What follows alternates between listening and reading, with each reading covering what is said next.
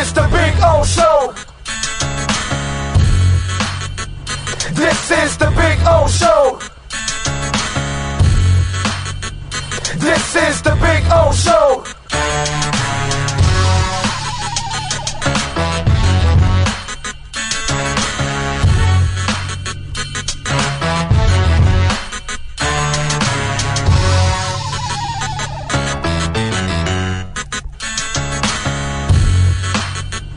This is the Big O Show. This is the Big O Show.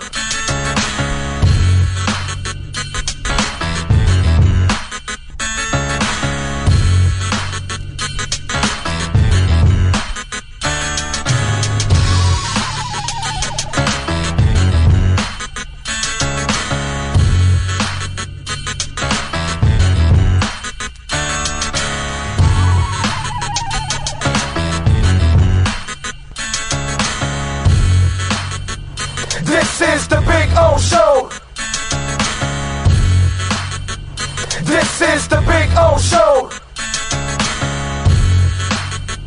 This is the Big O Show. Oh, I think I know what this is. Houston, we have a package. Hello? No matter where you are, the Sloman Shield home security system guards your home. With next-gen perimeter protection, 24/7 monitoring, and interior motion sensing. And right now, get a free Sloman Shield security system and doorbell camera, all professionally installed, for free. Shield your world, the Sloman Shield. Welcome to Red Light Therapy, a revolutionary technology perfected by NASA to aid in muscle strengthening and recovery. Red and infrared light has the capacity to penetrate deep into the cell's mitochondria, potentially leading to increased energy, faster recovery, and the optimal performance your body demands. Train, fight, recover.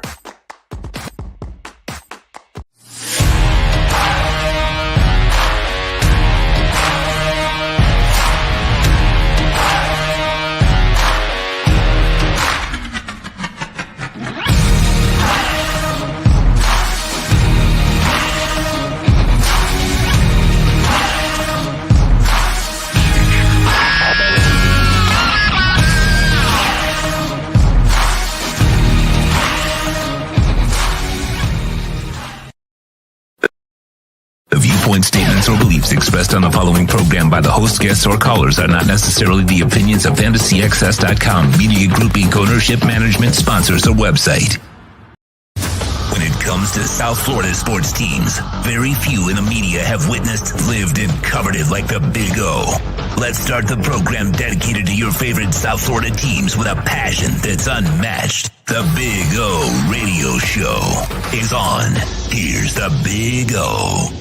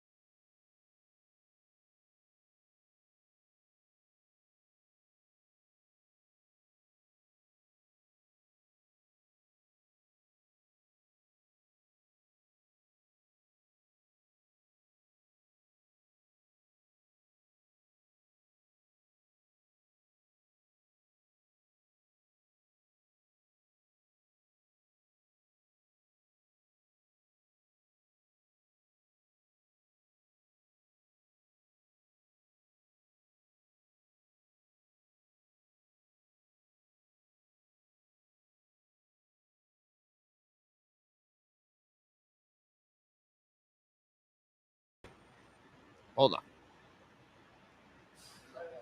Okay, now give us a yay or a nay. Can you hear us? Can you hear us? Can you hear us? Can you hear us? All right, here we go. Here we go. Here we go. Now, okay, are we good? All right, now we're good. Okay, so welcome aboard. Got to start all over again as we come to you live from Homestead Miami Speedway. You can hear the trucks behind me as semis are rolling in. If you check our Twitter feed and our Instagram feed, Big O Radio Show on Twitter. I mean on Instagram. On Twitter, it's just Big O Show, and you'll see the trucks.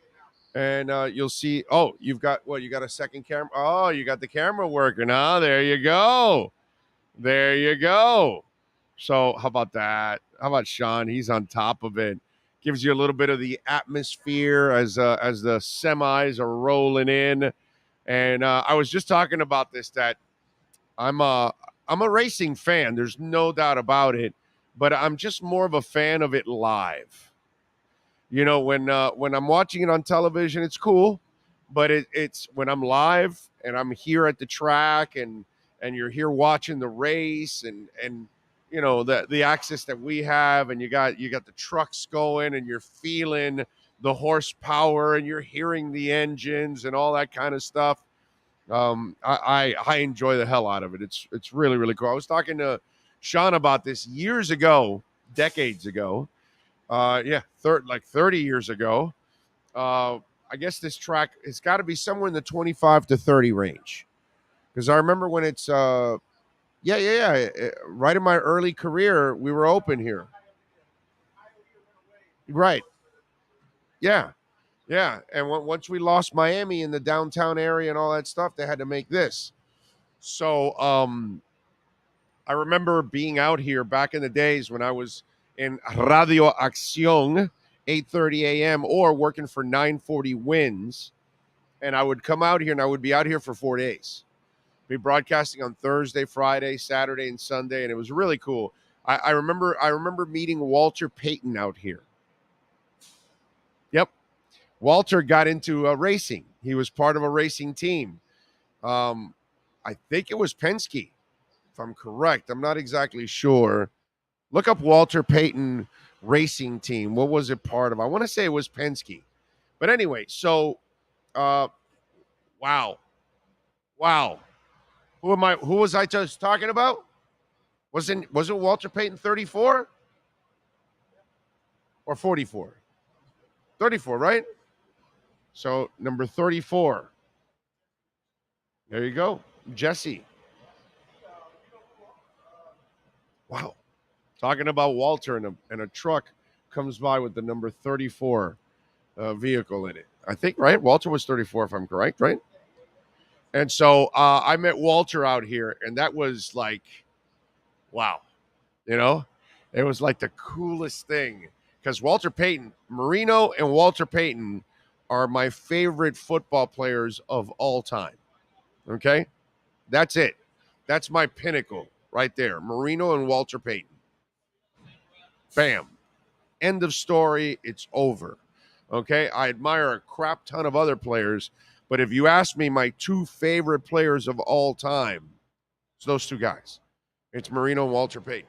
And got to meet Walter here and interview him. I wonder if I still have the interview somewhere. I wonder if I have it in a cassette somewhere. Because that's I remember back in the day I would record all my shows on cassette, and I still have a couple boxes just full of cassettes of old shows, man. It's crazy stuff. What is it again? Some kind of Cone? David Cone?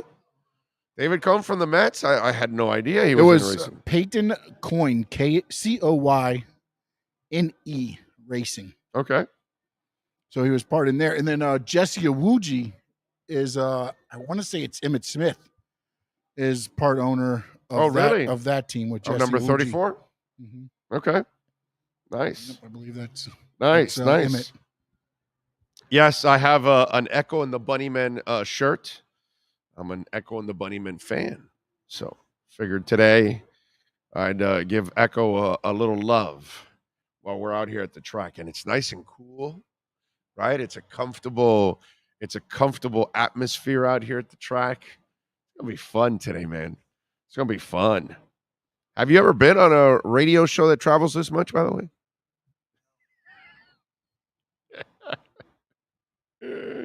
I feel great for Sean because Sean, you know, like deserved better in this business. Like a lot of us that really, work our asses off. And this has kind of been this experience on this platform has kind of been the pinnacle for him in traveling and doing different things and actually doing sports radio in different places, that kind of stuff. You were kind of stuck in a studio every time, right? Pretty much. Yeah. Yeah. I hate studios. You know that? You can tell, right? I hate studios. And that's the other thing. People ask me, why don't you just record the show? And I'm like, no, dude. I love live. I like to have to ad lib. I'd like to have to be challenged constantly. I like the idea of doing things on the raw because I think that's when it comes out the best. If it's always like pre-programmed and pre-produced and all that kind of stuff, it's kind of cheesy, that kind of stuff. And I love being out on the road. I love doing shows in different places and talking to people and hanging out in different areas. As you all know, when not all of you, but some of you that have met me at different places, I'm the same dude that you see on air and outside.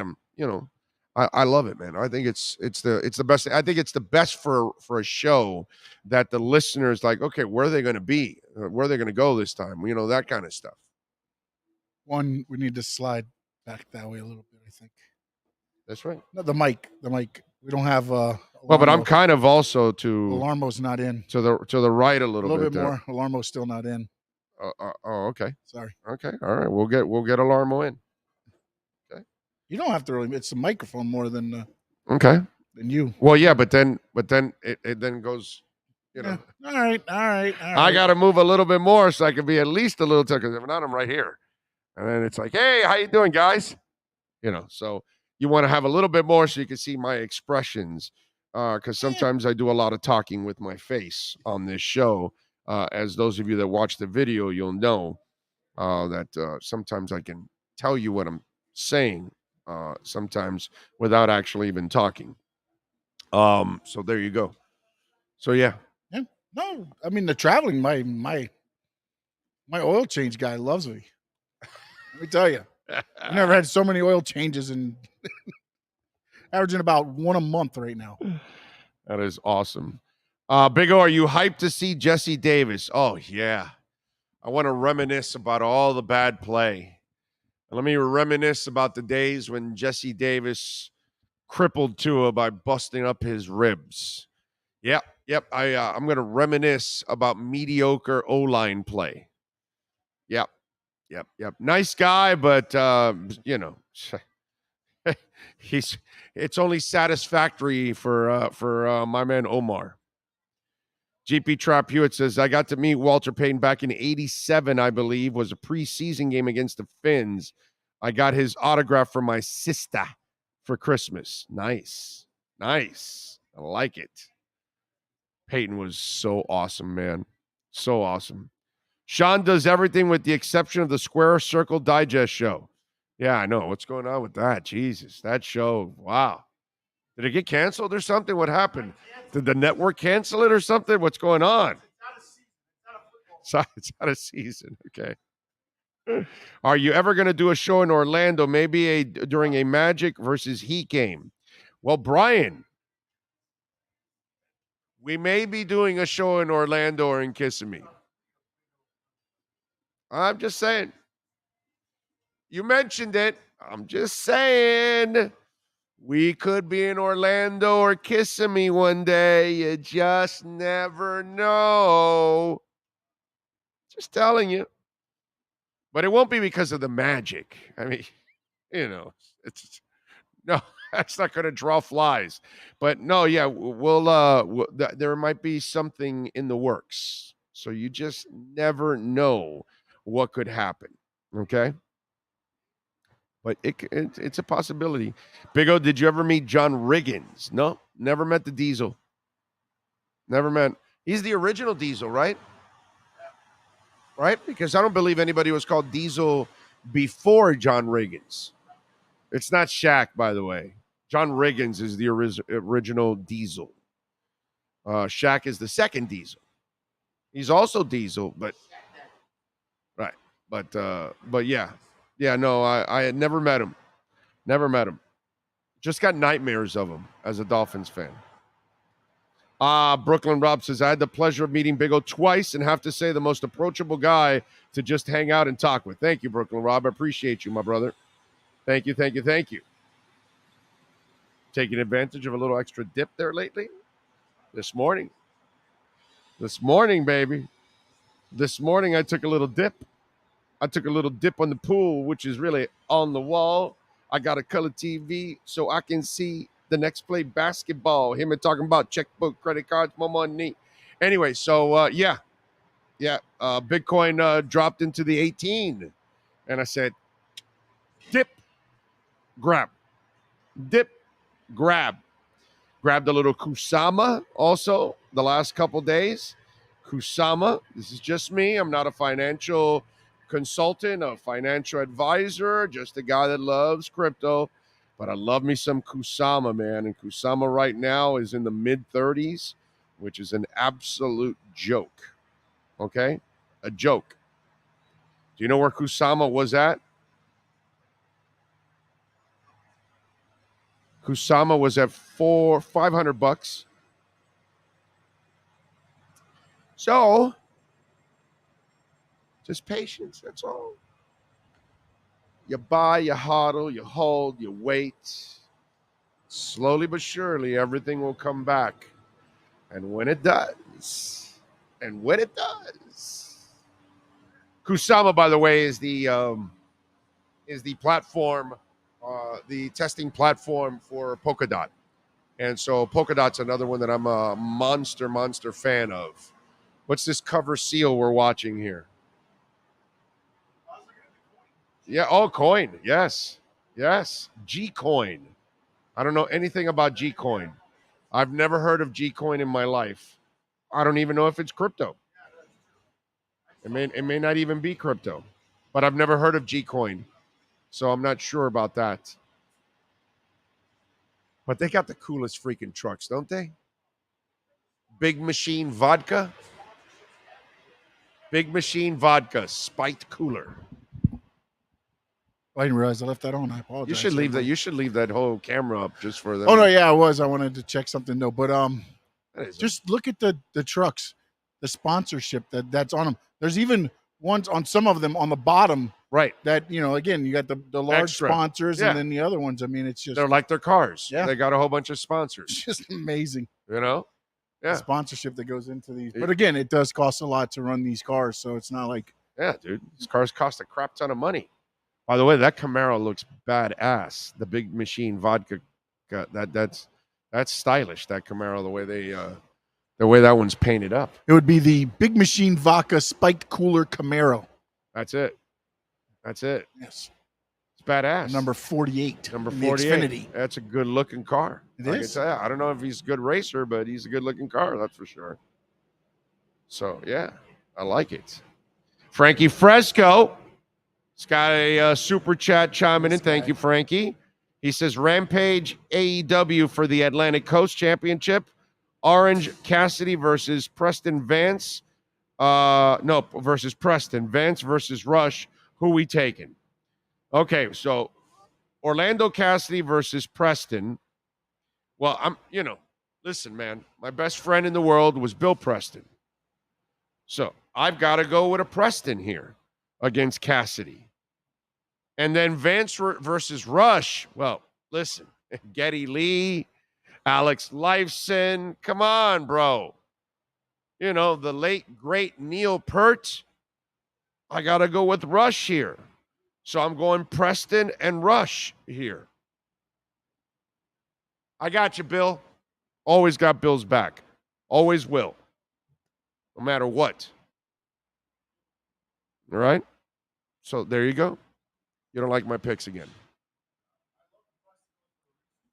You like the Preston one for the reasons, of course, because you love Bill Preston like I do.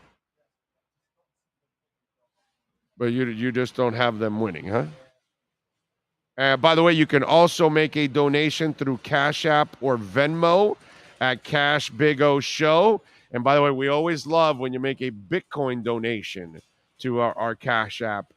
That is awesome. Cash Big O Show. If if you want to send a little cash or Bitcoin, because we get 100% of the donation there on Super Chat. We don't, bro. You know, Ho Yoon sends in on Venmo. Thank you, Ho Yoon, as always, my brother. You are amazingly loyal. Thank you, sir. Appreciate you. He says, happy Friday. Thank you, my friend. Very nice of you. So there you go. Greetings, Big O and Sean from Vegas. Appreciate the meetup at Tommy Rockers. Are you going to make it to the P1 out here in Vegas? Oh, well, yeah, we want to P1, or does he mean what is that? The race? He's talking about F1, right? Right, but P1 is Poontang or something. Is that? There is a lot of Poontang in Vegas. Yeah, but I don't think autocorrects a letter, does it? So No. Is there something else? Yeah. The only problem is I don't really go to Vegas for Poontang. I go for, when I take my wife, then I have my Poontang with me. So, that's the good thing about having a wife. You have Poontang to go. You know what I'm saying? Poontang at home, Poontang wherever you want. You know what I'm saying? So you got to do it that way. But if it's the F1 race, not the Poontang race, yes, Sean and I want to be there for the F1 race. Yes, there's no doubt. I don't know if we'll be able to afford the tickets to get in the F1 race. No, we won't? Okay, he already finalized that. I mean, I can only imagine what they're going to go for, what they were going for here in Miami. I can only imagine what the Vegas ones are going to go for. I'm thinking we just get a hotel that is around the racetrack from above, and we broadcast right from the room. I mean, you might be able to do it because they talked about using the strip for one of the things. They're going to close it down. So maybe, but how much would that cost? Because you don't think that they've already factored into those rooms. Yeah, but at least we don't buy the tickets. Because then we still got to buy the room and the tickets. Yeah, we got to. Might be cheaper. I mean, they got 7,000 rooms, but only a few that look over that strip there. You know what I'm thinking? I'm thinking for those days, I think we come up with a GoFundMe page. Send the Big O show to the F1 race in Vegas. We do that, so that way we can afford everything that we need to get, because obviously that ain't going to be cheap to go out there. What's that? So this is just like a mechanic hanging out. He's got extra tools. That's just a toolbox, right? That's what that is. Okay, see what you got? Huh? There's a car in there? Okay. All right. Is it like a truck? Is that one of those truck races? Oh, yeah? Okay. All right. It's got no name. It's got no... A lot of the... I think this is a spare car. I think that's right. It's all dark. I mean, unless the Batmobile's in there. Overkill Motorsports. What happens is some of these guys only race on certain tracks. Homestead's considered a safe track. You won't tear your car up. So sometimes teams that can't afford the cars to go to like Daytona and get in a big wreck, and then they can't race the rest of the year, they'll race at your Phoenix, your Homestead, the safer tracks. That's why they also do the championships at those tracks, because there's not a big wreck that might take out everybody that's going for the championship. So these are considered safer tracks. Now, can you have, car issues and things like that? Well, yes, anybody can have that. But there's usually no chance of a big So this wreck. track isn't as challenging as some others that could cause it's wrecks? got its challenges, but it's separate as far as you don't have everybody usually, like at Daytona. They're that tri-oval thing? No, but they're I can't even think of the damn name now. Damn it. And they're bumper to bumper, and they're going around the track, and then all it takes is one slip up, and then all of a sudden 12 cars are in the wreck, so the draft, sorry. Okay. They're not drafting around this track. They I usually got get you. spread out. Your lead changes are usually strategy or on the pits. There's usually not a lot of overtake or on the restarts. I do a lot of drafting. Yeah. On I-95. Nice. I know. Trust me. I know. Yeah, right? Yeah, you do. Yeah. Yep. Yeah, you got to do a lot of that. Drafted down here. That's right. So soon we'll come up with a GoFundMe page to take us to Vegas in the F1 race. Okay? Yeah. I shouldn't. When is that race already? I should start inquiring about that. I already have to start setting us up for our off-season trips for Senior Bowl and East West and all that. I got to start doing that already. Willie says, I remember the beginning to listening to your show, and Bill Preston was your right-hand man. Yes. Well, Bill Preston is my best friend. Not just, it was great that we got to work with each other. That was awesome working together, man. But more importantly, that was my best friend, man. And those are things you never recover from, man. That F's with you, man. God, that F's with you. When you're hanging out with a friend of yours for nearly 40 years, been your best friend going everywhere. It's life-changing, dude. Life-changing. It's really weird. Thoughts on the Christian McCaffrey trade? Well, I got to tell you something. I saw that last night. It breaks. And the 49ers trade for Christian McCaffrey. And I was always wondering what was going to happen in that trade. What were they going to have to give up? And the 49ers gave up a second, third, and fourth round picks in 2023 and a fifth round pick in 2024. Wait, they get second, third, and fourth next year? 2023. The Dolphins have their first. They have they have no picks until the fifth round at least. They have a compensatory in the third because of Salah. Okay. They got an extra third because Salah went to the Jets. So this is the year they get that third. So they will have at least a third round pick. But my goodness. Okay, sorry, I didn't mean to interrupt. But no. You're fine. Like, wait a minute, that means they have no picks. Like they're banking a lot on this, huh? I think this is an incredibly stupid ass trade. Okay, I wouldn't give up much for Christian McCaffrey. I know he's a hell of a player, but he's never healthy. And he plays a collision position. If you tell me that, okay, you're a quarterback, you can avoid things, Tua. But a running back, there's no avoiding contact. None. So I just, to me, it's okay. So now you're just going to watch Bosa, Garoppolo, and McCaffrey take turns going to the injured list. You really think that Christian McCaffrey's like the difference between you and look, I understand schematically what the head coach is thinking, Shanahan's thinking. It's kind of like what McDaniel and when Chris Greer goes down and tells McDaniel, hey, by the way, Tyreek's available. And right there, McDaniel's like, what? Really? Yeah. And that's his mind going, oh my God, the things I can do with him. I know we just got Cedric, but forget it. Cedric can be the third guy. And that's exactly what Chris Greer obviously was thinking when he told McDaniel that, because that's why he would go tell McDaniel, hey, this guy would be awesome in your system. And sure enough. So I get what they want to do with McCaffrey, that he is a mismatch nightmare. I totally understand football-wise what they're trying to do, and it makes all the sense in the world on the football side of it. But there's more to it than just football, ladies and gentlemen. You got to be available so you can enjoy those football moments. And that's the problem. He's not available all the time. So that's an issue. And there's no way I would trade all those picks for Christian McCaffrey.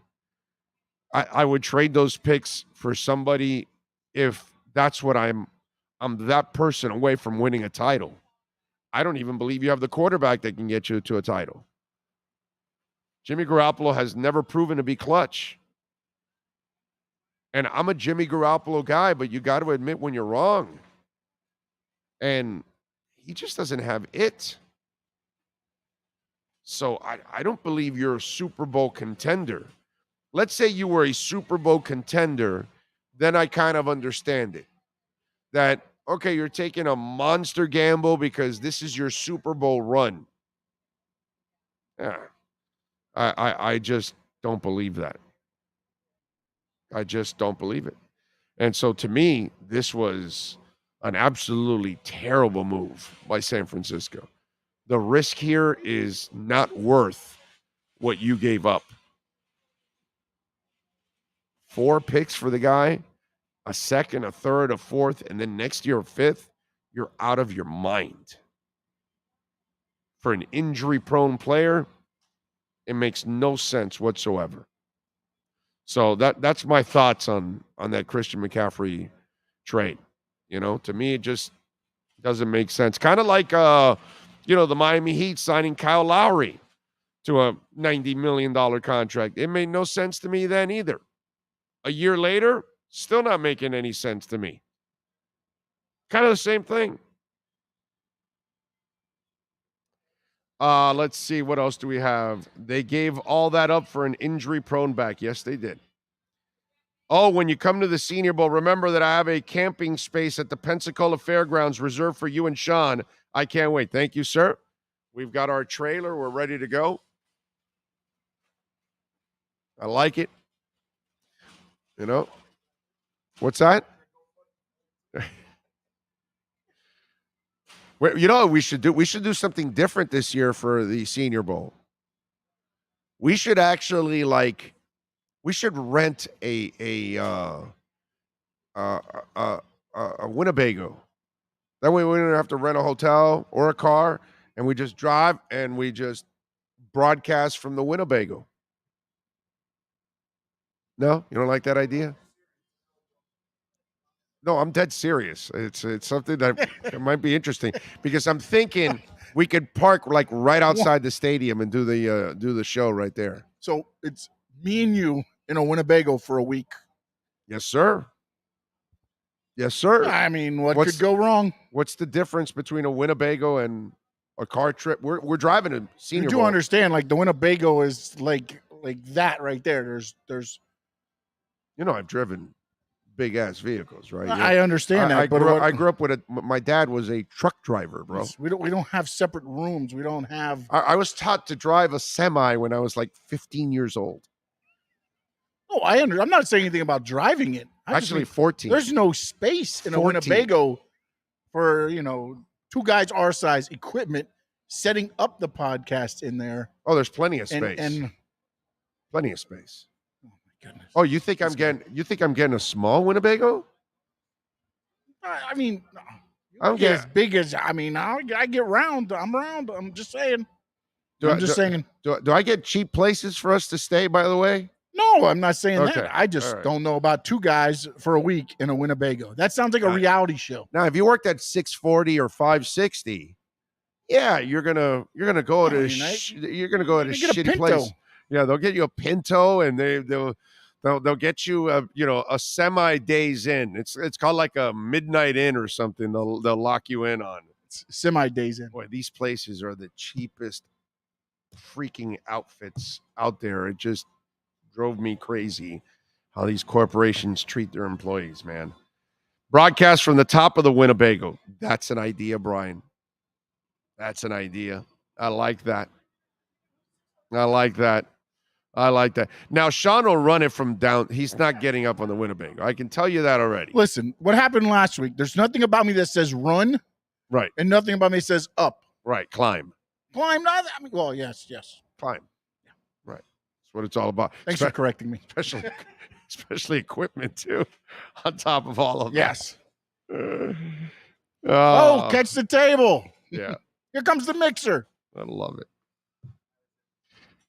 Big O, my favorite players from all time. Oh, Ira's in? Oh, that's right. I'm sorry.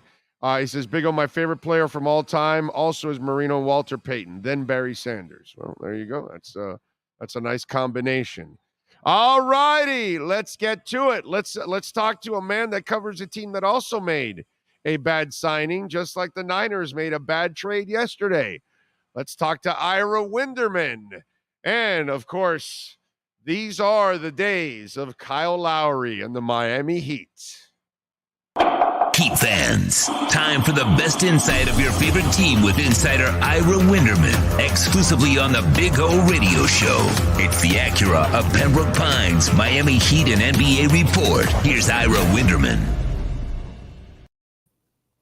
us. Follow him on Twitter at Ira Heatbeats. And, of course, catch him 3 times a week here. And as I told you the other night, Ira, I still hate that effing contract of Kyle Lowry. Wow. You know, Big O, one game. It's just one game. He was injured in the playoffs. He helped the Heat to the best record in the Eastern Conference last season. It was just one game. And the thing I love about our accurate Pembroke Pines reports is this. I can talk to you on Monday at 10:30 after it'll have been 3 games, and we'll have a better idea. So I would hold the violins right now.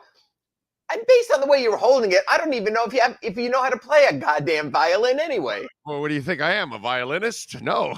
I don't even know how to do air violin. Air guitar I can do, but I can't do air violin. But, Bam, I chalk it up to a bad night. Why? Because you've earned the track record with me. I know your effort's going to be awesome. I know you'll be back to being the super role player that you are, and you'll score your points, and you'll hit those bunnies around the paint. So Bam having a bad night the other night, I don't worry about it. The Heat having a bad night the other night, I don't worry about it. But I'm sorry, after watching the entire season and then your standoff press conferences about your weight issues, and then this is how you start the season, and to me, it bothers me. So I can't. There are no more excuses for Kyle Lowry. He ran out of excuses during last season. It's time to put up already. Look, it's what I talked about the last couple of weeks. I've talked about this. Nobody gives a shit what Tyreek Hill did in Kansas City. And I was talking about this with Teron Armstead. I said, if he goes on in this direction, it's going to become a terrible deal because nobody gives a shit what you did in New Orleans. You signed a big contract here. You need to produce here. Nobody cares what you did in Toronto, Kyle.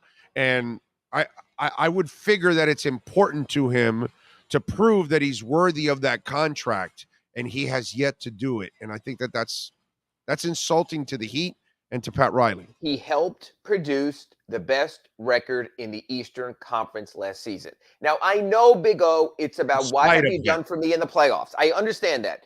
But let's not lose sight or traction of also how this started. We were talking, and Eric Spoelstra was talking, and NBA insiders were talking last February about Kyle Lowry being a candidate for the All-Star game. They were. Now, if you're going to get me to sit here and talk about Wednesday night and defend Kyle Lowry, I can't. He wasn't just terrible. He was awful. And I agree with that.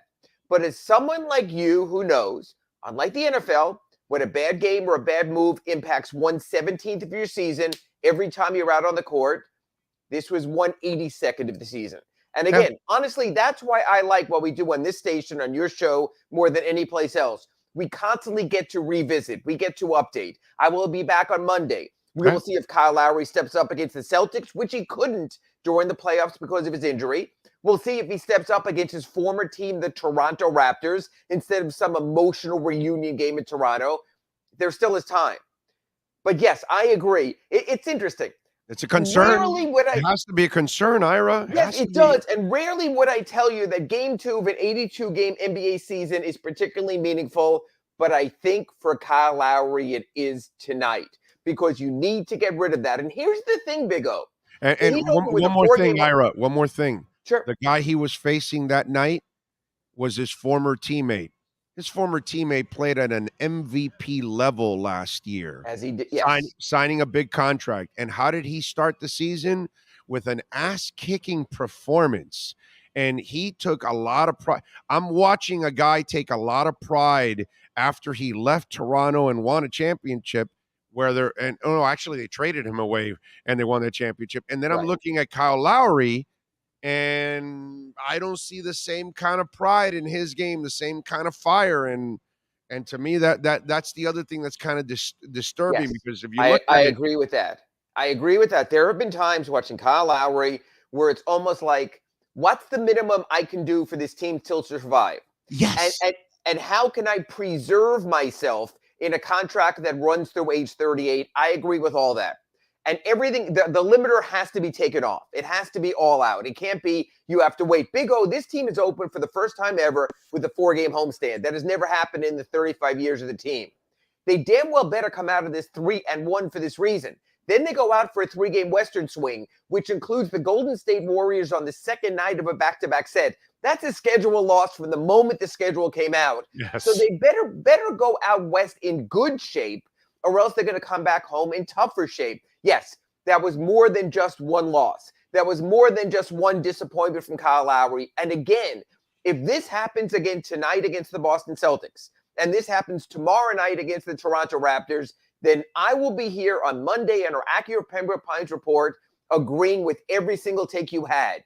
That's the thing. It might not be go time yet for Jimmy Butler. He's proven it. He's done it. Oh, he's awesome, dude. He's awesome. It might not be go time for Bam Adebayo because he played hard. He leaves it all there. I don't have a problem with Bam at all. He didn't play well, but he played hard. It's not go time for Max Strus in his reserve role. He was fine on Wednesday night. But I agree, these next two, yes, we can inspect a little more what Kyle Lowry is doing because we expected a little bit more. I agree. You know what? I would say this. That might have been one of the most disappointing Miami Heat season opening nights since that 2006 after they won the championship and got stomped by, I think it was like 48 points by Joakim Noah and the Chicago Bulls. That was not a way to start it. The beauty is this. National TV tonight, Boston Celtics. If ever you can make a statement, it's against the team that came on your home court on May 28th in Game 7 of the Eastern Conference Finals and stole your soul. Now is payback time. The thing I will also agree with Spo on was the defense. Were you surprised that it wasn't any good the other night? You know, this will sound harsh, but it's hard to play good defense with Tyler Hero out there because he is such a net negative defender. Or Kyle Lowry. You can talk team defense, Big O, all you want, but they were isolating. They were picking on the weak link. That's what opposing teams do in today's pick-and-roll NBA. So I think Eric Spoelstra had to go to school for that a little. Again, I am not in favor of starting Tyler Hero. I understand the contract. I understand the ego. I get all of that. But if you put Max Strus in your starting lineup, you have a better balance with shooting. And with Victor Oladipo sidelined, if you put Tyler Hero in the second unit, you have the shot creator that they utterly are lacking. So again, you know, we always talk about the Miami Heat. It's all about the team, right? It's all about 12 men on a rope and all this BS. Well, the best way for Tyler Hero to help the Heat right now is to play on the second unit, at least until Victor Oladipo can come around and be that second unit playmaker. But we know this is a league of salary. We know this is a league of ego. What's the latest with Depot? There is no latest, and that's the concern, that all of a sudden, in the Bahamas in the preseason, Eric Spoelstra, don't worry, he's just working his way back. We're going light on him. He'll be right when he's right. Hey, I was fine 2 years ago when he got traded from Houston and was injured. We knew he wouldn't be back, went up for that dunk, got hurt again. I was fine after the quadriceps surgery when they said last year's a wash. You and I were in our Accurate Pembroke Pines reports in October, November, December. When's he coming back? But all the while we understood he'll come back when the time is right. I was very encouraged with his defense and play at times, even in the NBA Finals in last year's playoffs. He had like a 28-point game against Boston. I am very surprised right now that you and I are sitting here in October 2022 talking about Victor Oladipo yet to start his season. There seemingly is something more there, or, Big O, he simply is unable to recapture what he was before. And when you're talking about the bad McCaffrey deal, when you're talking about the bad Lowry deal, you know what, Big O? 2 years and $18 million at Victor Oladipo might be one of those bad deals you'll be talking to me about soon on our Accurate Pembroke Pines reports as well. All right, Celtics, man. I'm pretty fearful of this game. I gotta say, they looked good the other day. Brogdon looked like he fit. Yes, there was chemistry. That you could tell that they look a little hungry from how things ended last year. Absolutely. Yeah, so I this is one of those games that I hope the Heat. You know what? It's a nice early season test to see if this team can find an A game, because they're going to need an A game tonight. Right. And again, it's the first night of a back-to-back, so you go all in on this. You worry about Toronto tomorrow. How ironic, a year ago, people were saying, oh, Jason Tatum and Jaylen Brown can't play together and you got to break them up, or you show patience and they each score 35 points in the opener. They're not quite the defensive team without Robert Williams, so you have an advantage there. As it turns out, with Jason Tatum playing power forward, Caleb Martin probably is the right matchup in going a little smaller in this particular matchup. So you can have Jimmy Butler on one. You can have Caleb Martin on one of the two Jasons. We'll see if they are the lockdown defenders. They still stay they are. So what do you need then? If Jimmy's expending energy on defense, and if Caleb's expending energy on defense, you need a Kyle Lowry to step up. Right. You need him to get some points against Marcus Smart and not let Marcus Smart get off on the defensive end, because that really fuels the Celtics as well. So, yeah, you need all your guys. Boston's a little shorthanded depth-wise by starting Derek White. Really, Brogdon is their only bench player of note now that Williams and Gallinari are out. So, again, if this depth is our strength mantra from the Heat, then show it tonight. Show your second unit to provide a little bit more than just what Max Strus gave you in Game 1. Remember, you can follow him on Twitter at Ira Heatbeat. And, of course, you can catch his work here a couple times a week with our accurate Pembroke Pines Miami Heat report. And, of course, on Wednesdays, the Red Recover Inside the Paint Show, 1 hardcore hour of Miami Heat and NBA talk. By the way, Ira, UD is the master of ceremonies here for the race at Homestead. We're in Homestead, by the way. I don't know if you know that. But yes. We're in Homestead, and UD is the master of ceremonies. Did you know that? Yeah, I mean, he's injected himself into just about everything down here. I am surprised he hasn't bought a pro pickleball team down here with our older population. But knowing UD, if he sees money in it, that'll follow also. Look, I think UD should enjoy every step of this ride. And what I like about this ride about UD, he's given us finality. It's not going to maybe one more year. We'll see after this year. That's what made the last couple of years so awkward with UD. It's like, is he just collecting every last check he can find? Okay, this is your last year. Go down to Homestead Miami Speedway. Enjoy your day at the races. Go out there, be public, be involved in everything. He deserves this ride. They have the roster spot available. When we see, and we'll talk about this, a game when they could have used another body, we'll address it then. We don't have to address it now. They're not going 15, 16 deep. They have a two-way player already set up who can already help them in Jamal Cain. So they really have 16 instead of 14 right now. So I'm all for UD absolutely savoring every moment of the ride. I also like that he's not getting caught up in these whole jersey swaps, that he's not making himself the thing. It's one thing when Dwayne Wade does it. Every NBA player wants a Dwayne Wade jersey on their wall. UD, God bless him, maybe not so much. Well, hey, listen, here in Miami, a lot of fans would like a UD jersey on their wall. So, you know, he's got plenty of people in Miami. What he's done for us. And you know what, Big O, as soon as he's done wearing the jersey, next season it goes to the rafters. We all know that. All right, so in a game where you don't score as much as you need against the Bulls, and it's funny because, you know, last year he was kind of the butt of all the jokes and all that stuff. Did they give Duncan Robinson enough playing time in the first night since they need a little more offense?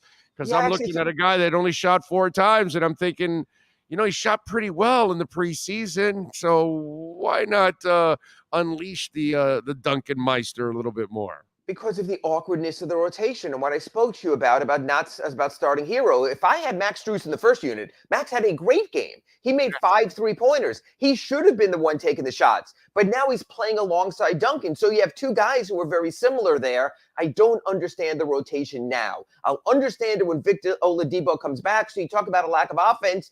Who the hell creates points on that second unit right now? You're asking Gabe Vincent to be playing in attack mode? You don't have that. That's the problem right now with this mix. You know, sometimes a subtle little injury affects a bigger thing. Without Oladipo, you're playing Duncan and Max together. They're the same player. I mean, Max laughed with me in the offseason. I said, are you the same person? Until this year, we never saw you in the same place at the same time. There's a reason for that. There's too much overlap. If you're starting Max and you're playing Tyler with the second unit, then Duncan can space the floor for Tyler. You can get those driving kicks a little bit more. And instead, it's all about ego, so Tyler starts. All right. What are you working on the Sun Sentinel, my friend? So folks can check you out leading up to the Celtics tonight and the Raptors tomorrow. A few things. I did an Ask Ira today saying, are there too many alphas in the Heat starting lineup? Again, going back with Tyler Hero. That if Tyler wants the ball, the Bam wants the ball, and Jimmy wants the ball, maybe this is all we get from Kyle Lowry because he's being too deferential to guys who want the ball. Posted that already. That's online. Did a story about Max Strus playing as a reserve and saying, you know what? Even though he's not a leading man, he played the entire playoffs as a starter. He played the last 2 weeks, the last regular season as a starter. So it is a little bit of an adjustment. That's what they're going through. Max said, look, 13 guys are back, but we're in different roles. That might take some time. We certainly saw that in the opener. And just for you, Big O, I'm working on my Sunday column. We posted Sunday in the paper, Saturday online. I looked at every major contract the Heat gave to a player, 30 years and older. Which ones worked out, which ones didn't. Shaquille O'Neal at 33 got a 5-year deal. Only stayed for 3 years, but they got a championship. Mike Miller at 30 got a 5-year deal, was amnestied after 3, but they got 2 championships. Tim Hardaway got a $12 million deal at 33 and a bunch of weigh-ins. And then the other contracts, the James Johnsons, the other players in the 30s that didn't work out. So for those weighing Jimmy Butler, which I still think is a good contract. No, that one still has worked out. What hasn't worked out with the Jimmy Butler deal is what I've thought of from the get-go, that you had to get that superstar and pair him with him early in this process. And now you have failed. What is this? Is year 3 now with Butler or 4? This is year 1 of his extension, but year 3 of Jimmy being with the Heat. Correct. So that's my problem now. You've gone through 3 years. You're going to put 3 years of wear and tear on his body, and you didn't pair him with that other superstar so you can go get a title. I don't know if it'll ever happen with Butler. So he gave you your money's worth, but you as an organization failed to pair him with that other star that really could have lifted the Heat. And yet, Big O, he picked Kyle Lowry. And if it wasn't for Jimmy Butler pushing, they wouldn't have made that deal. So you know what? Be careful of what you ask for. He got what he wanted. Now he has to help make that work as well. Anyway, that'll be in Sunday's paper online tomorrow. But it's really interesting because Pat, over his 25 years plus with the Heat, has paid a lot of 30-somethings, a lot of money. Sometimes it works. Now we wait on Butler and Lowry to see if it works again. Yeah, hey, listen. LeBron James wanted some point guard out of the draft, and sometimes you just can't make these players general managers. Sometimes they just need to be players, and you handle, the business. The Mike Miller thing was a great example. LeBron got all pissed, but Mike was a sack of injuries and broken down. He really only had that one season and really a couple of games in that season. With the shoe and a couple of others. Yeah. But LeBron, that was the first move the Heat made when they got the big 3. LeBron said, get him. They traded Michael Beasley off to the Timberwolves. They amnestied Mike Miller at the end because it didn't work out well. So again, when you give decent money to 30-something, sometimes you get Ray Allen, sometimes you get Shane Battier, and sometimes you get guys who just can't make it to the finish line. Yeah. Those 2 guys you mentioned are pros. That's why you got the most out of them. All right, follow him on Twitter at Ira Heatbeat. Ira, have a fantastic weekend. We will be following your coverage of the Miami Heat this weekend. Thank you. Back Monday, 10:30 a.m., Accurate Pembroke Pines Report with the Kyle Lowry Report. Thank you, Big O. Yes, sir. You got it. The KL Report. And, of course, Accurate Pembroke Pines, 15601 Pines Boulevard, just off of I-75 in Pines. Tell them that Big O sent you. They'll take care of you right there at the finest dealership in the business. Craig Zins, Acura of Pembroke Pines. You've been listening to the Acura of Pembroke Pines Miami Heat and NBA Report with Ira Winderman. When you're looking for award-winning service and great deals from the #1 volume Acura sales dealership in the Southeast United States, you go to Craig Zinn Acura of Pembroke Pines at 15601 Pines Boulevard in Pembroke Pines. We're back. By the way, I want to tell you a little bit about Hijinks Sports Grill. And, of course, proud sponsors of the Joe Shad reports, which are coming up at 11:30. They've got game day vodka specials. I'm sorry. Did I say hijinks? I meant walk-ons. We're going to be at walk-ons tomorrow. So walk-ons tomorrow, game day vodka specials, $5.50 from noon to 9 p.m. They've got a big Halloween event coming up. They've got $100 for the best decorated trunk, costumes contest, and kids will eat free with paying adults. They've got a great happy hour right now. They are collecting toys for tots, so they've got a collection bin there. It's right in front of where we broadcast every Saturday. So come on out here. They've got karaoke nights coming up, Latin nights. So check it out. And they've got 2 other great locations, not only in Kendall, but for our friends in the Kissimmee and Orlando areas. They've got one in Kissimmee in 3177 Black Lake Road in Kissimmee, and in Orlando, 8151 International Drive. So check it out. You never know. We might be visiting those places down the line. So great indoor and outdoor seating. It's an impeccable restaurant. I'll tell you something about walk-ons. The service. Something that is hard to find in a lot of places nowadays. Service is excellent. They do a really good job over there, man. So check it out. And we'll be there tomorrow broadcasting live starting off at 10:30. They open the doors at 11. Canes game is at 12:30 with Duke. We give away prizes every quarter. Perdomo, Caneswear, and we're going to have Edge Energy Drink out there, baby. Can't beat that, man. That is going to be absolutely awesome. All right. So there you go. So come on out to Walk-Ons in Kendall, right off of Kendall Drive and 62nd Avenue. Walk-Ons. Come on out and join us. Love it. All right. 855-912-1056 on the Welt and Rayom text line. That's 855-912-1056 on the Welt and Rayom text line. You can also reach out to us on Twitter. That's at Big O Show. We are out here at the Homestead Miami Speedway, having some fun, enjoying ourselves. All right, looking at Bitcoin back over 19. Those of you that got it in the 18 area, good for you. There you go. Dips, dips, dips. Keep taking dips, and we'll keep ripping it, baby. We'll rip the dips. So we've got the Heat and the Celtics tonight. Oladipo not in. Kyle Lowry, we will find out if the unreliable can become reliable. Does Kyle Lowry know that he's unreliable? Because this isn't Toronto. We've got the Panthers in action tonight. What a game. The Lightning and Florida. The Lightning are 1-3, bro. They kind of remind me of the Patriots. They start slow. They start slow and then they just end up like they just try stuff and then like, okay, you know what? We start seeing it and then they start mixing it together. It's so weird, man. Yeah. No, I got you. But also they know what they have. They got the same team again almost. Yeah. Yeah, pretty much. It's just crazy how they stay together. 1-3 right now. So but this is you got to keep going, baby. And now you got Aaron Ekblad on long-term IR. God, that guy is a sack of injuries. What a disappointment. Does he rush back too quickly? No, I mean, I know you get cleared by your doctors and all that, but he's just injury prone, bro. That's all. Man. Dude, season just started. I know, but every he's time been it's off the whole off season. Body, his leg, it's always right. It was the ankle this time, I think. This time, and it was the knee. It just seems like dude was off the entire offseason. He should be 100% healthy right now. And immediately he got injured.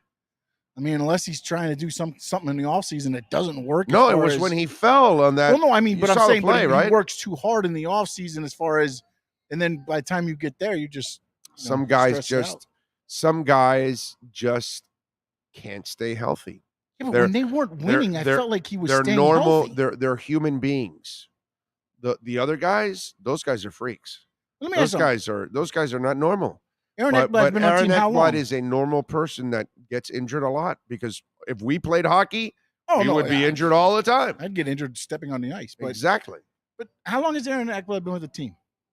Oh, God. This is like year 8, I want to say. But the injuries haven't started until they started winning. Yeah, injuries been going on the last 3 years. The last 3, definitely. Yeah, I'd say it's maybe more like 5. Because last year they ended up doing what the Lightning did, and they brought him back right before the playoffs. Let's bring up Aaron Ekblad's. I almost feel like it's been the last 3 years. Okay, let's see. Okay, let's bring up his stats because I want to say it's been longer that he has missed all kinds of games. So let's see how many games he's played throughout his career. But he is a major disappointment, dude. Like a major disappointment. This is one contract that has turned out to be absolutely horrible. Let's see, 81, 78, 68, 82, 82, 67, 35, 61, and now this year. So you're right. The last three, then he went on 2 years of 82, and then before that, it was 68 and 78. 78's not bad. 68, you missed a little bit, yeah, 68, you missed a lot of games there.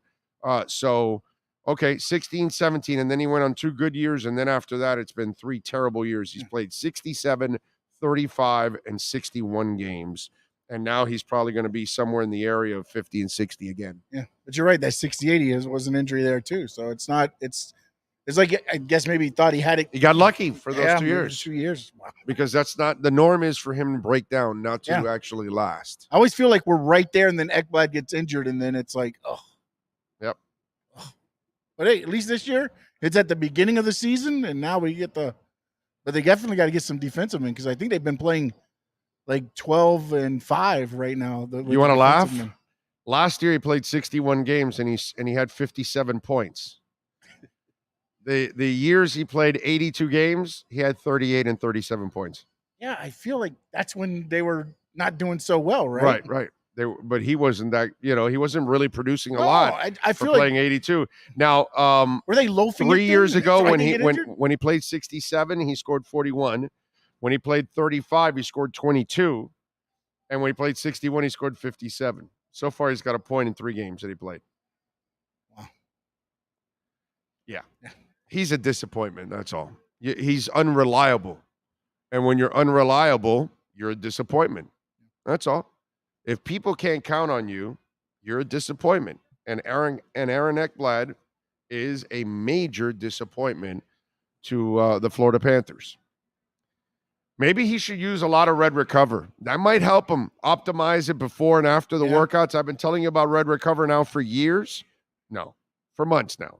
But I've been taking it for about a year now, actually, wearing my hat, growing my hair back. But, all the other things that I've learned about red light therapy, and it's great for everybody, from your dogs to your kids to yourself. Why? Because it's all natural. There are no side effects. There's no drugs. There's no nothing. It's just red light therapy, and it's done within minutes. The pads are put on for 5 or 15 minutes, depending on what kind of pads for what part of your body. And you think about it, 15 minutes while you're hanging around your house, not a big deal. And it's not tied to an electrical cable. So if you got to put your wrap on your elbow, you can go walk around your house or in your office, keep typing, doing whatever you got to do, and you keep going. You want to put a wrap on your neck, your shoulders, your back, your knees, your ankles. They've got it all for you, man. You got that tennis elbow, redrecover.com. How about this? You're going to go play a little pickleball, a little tennis ball. You're going to go jogging or running or doing weights. Red Recover is great for before and after your workouts. It optimizes your workouts. It gets the blood flow going. It allows you to really maximize those workouts and feel better and recover faster from those workouts. The benefits from redrecover.com are endless. Go to the website, check out the video blogs, check out all the blogs, and use our code Big O. You will get 10% off. The wraps are incredibly affordable. They've got a wrap now that I just got it for my wife for the bottom of her feet. She's a teacher, standing all day. So if you're in a job that you're standing all day and your feet are sore, those Red Recover wraps and that red light therapy on the bottom of your feet, it is just absolutely amazing. Check it out. Go to redrecover.com. Use our code Big O. Get 10% off. redrecover.com. All right. Let's switch gears. Let's talk a little Miami Hurricanes.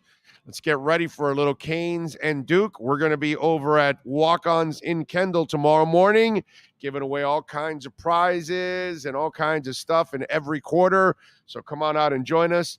And a guy that will be joining us in the postgame show, he's going to join us right now, Manny Navarro, in our Caneswear Miami Hurricanes report. If you're a Miami sports fan, then there's only one store to go to, and that's Caneswear at Miami Fanwear in Davie. They're your one-stop shop for all your Inter Miami CF, Canes, Dolphins, Panthers, and Marlins merchandise. They have hats, t-shirts, game day jerseys, and so much more. Located at 2511 South University Drive in Davie, and open 24/7 online at caneswear.com or intermiamiwear.com. Call them at 954-835-5597. Caneswear, the spot where Inter Miami and all Miami sports fans shop. The viewpoint, statements, or beliefs expressed on the following program by the host, guests, or callers are not necessarily the opinions of FantasyXS.com, Media Group Inc. ownership, management, sponsors, or website. Time for Canes fans to get what they want. Information, insight, and perspective. It's the Caneswear Miami Hurricanes Report with Manny Navarro, exclusively on the Big O Radio Show. Here's Big O and insider Manny Navarro. All right. Before I get to Manny here, I got to ask you something, Sean. Why didn't Sunoco just dominate the entire country? They're trusted in racing fuel and airplane fuel. You know what I'm saying? Like, it's funny because Sunoco was enormous when I was a kid. Yeah. And then it died down. And then you'll find one every once in a while. And you wouldn't know. For a while, you wouldn't even find a Sunoco. Then they started to make a little bit of a comeback, and now you'll see Sunocos every once in a while in different places. But is it a regional thing, though? Like, I don't know, but like if you go to airports, they're filling the damn planes. Mm-hmm. And then we're here on the track, and Sunoco dominates, and it's all and then I'm thinking, like, what happened to our cars? Like, are they giving us the shitty gas? Saving all the good gas for the race cars and for the planes? I'm just saying. Just saying. All right. Plus, it's a cool looking brand, Sunoco. Okay. Thank you. All right. Let's get to a little Miami Hurricanes. Can they use a little jet fuel this week for that offense, that defense there, Manny?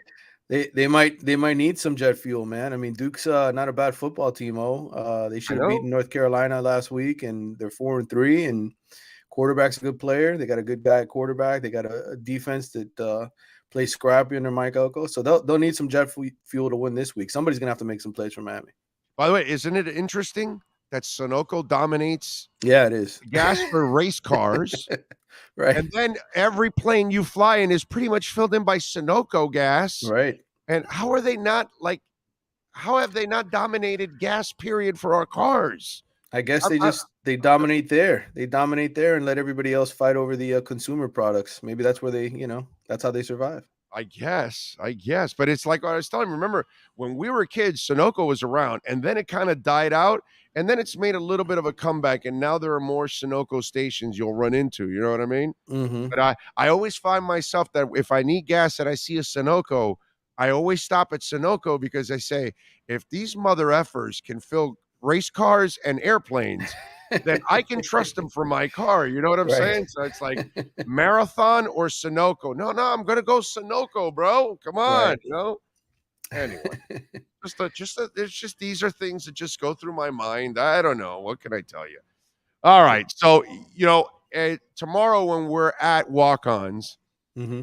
I mean, the good thing is we'll be enjoying some delicious food, but I'm just afraid that the food, after a while may not feel good because I'm watching that game.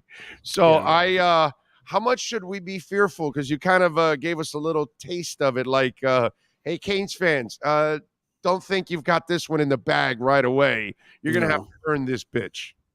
Well, I think Mario pretty much said it right a couple of weeks ago when he said we're not the kind of team that can blow anybody away. They're going to win most games by a touchdown or less, and I think last week was proof of it. Even if you're up 20-0 at Virginia Tech and playing really well through three quarters, this is the kind of team that we've seen fall apart rather quickly, right? Or struggled at the beginning mostly. Yes. In fact, I would say it's more the other way around. Usually they're fighting back to win a game.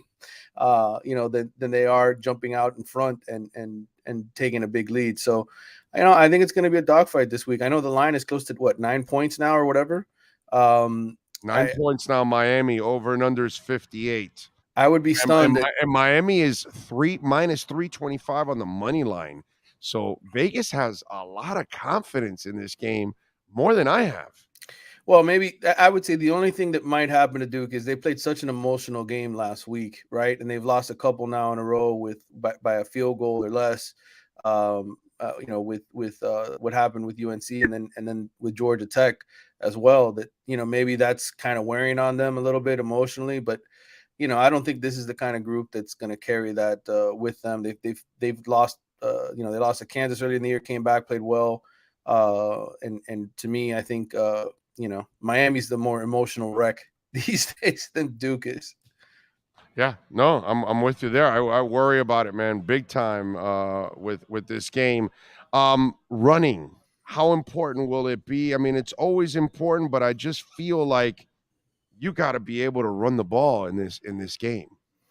Well, you got to be able to, and ultimately that's why Mario cares so much about it, because the teams that win are able to do both. You can't just throw the ball all over the yard and get big plays and win. I mean, it'd be great if you could score 8 touchdowns with 50-yard bombs down the field with Tyler Van Dyke. That's just not realistic. I mean, this team has to sort of chop its way up and down the field, and you need the running game to keep the other team honest. And so if Henry Parrish is back this week, which is what most expect, then that'll definitely help the running game. I mentioned it on your show before. I think our Tuesday night show, that he's the 4th most elusive back in the ACC, and the guys in front of him are all legit dudes. So it's not like it's some bogus stat. Izzy Nakanda from Pittsburgh, the kid from Clemson, those are the guys kind of sitting in front of him in that category. So obviously Parrish is a good player. He's averaging close to 5 yards a carry. I just think, the offensive line, they got to help him a little bit more, get a little bit more pushed. I will say this Duke defensive line isn't bad. They've got some good players there, especially the defensive tackle. So I think, it won't be easy for Miami to just come out and run for 200 yards in this game. But if they can run for 120, 130, have a little bit more balance, that'll help their cause. Yeah, I mean, dude, it would help the cause. It would help Van Dyke. It would make his life a little easier. You can keep their offense, off the field. Hey, listen, for the offensive line, that's going to be a challenge against that defensive line. They've got some guys that can push some people around. They do, and they can get to the quarterback. They can, and one thing Duke does really well is protect the quarterback. And I don't know how much of that is just Riley Leonard being elusive back there, but they do a pretty good job protecting the quarterback as well. They don't give up a ton of sacks, which really that's Miami's strength, right? The last 2 weeks they have 11 sacks, and putting pressure on opposing quarterbacks with just 4. That's why Miami is still capable of winning right now. Because they're only scoring in the 20s. They're not putting up a ton of points, and the reason why they're in these games with North Carolina, with Virginia Tech last week, is because their defensive line is so dominant up front, and you have guys like Akeem Mesidor making plays. This is the kind of game where it's going to be more important to stop Riley Leonard when he takes off and runs than it is necessarily getting him down and sacking him, because that's what makes Duke tough to stop, is when Leonard is on the run and he's making plays with his feet. So that'll be the important factor in today's game, or tomorrow's game. Tomorrow's game, yes. Yeah. We look at the wide receivers. I think are we watching them turn the corner finally now with Colby and you got to give those guys now? It looks like they finally found the guys that they can count on, and hopefully also the tight end can play, because I think Mallory has been a real difference maker this year when he's on the field.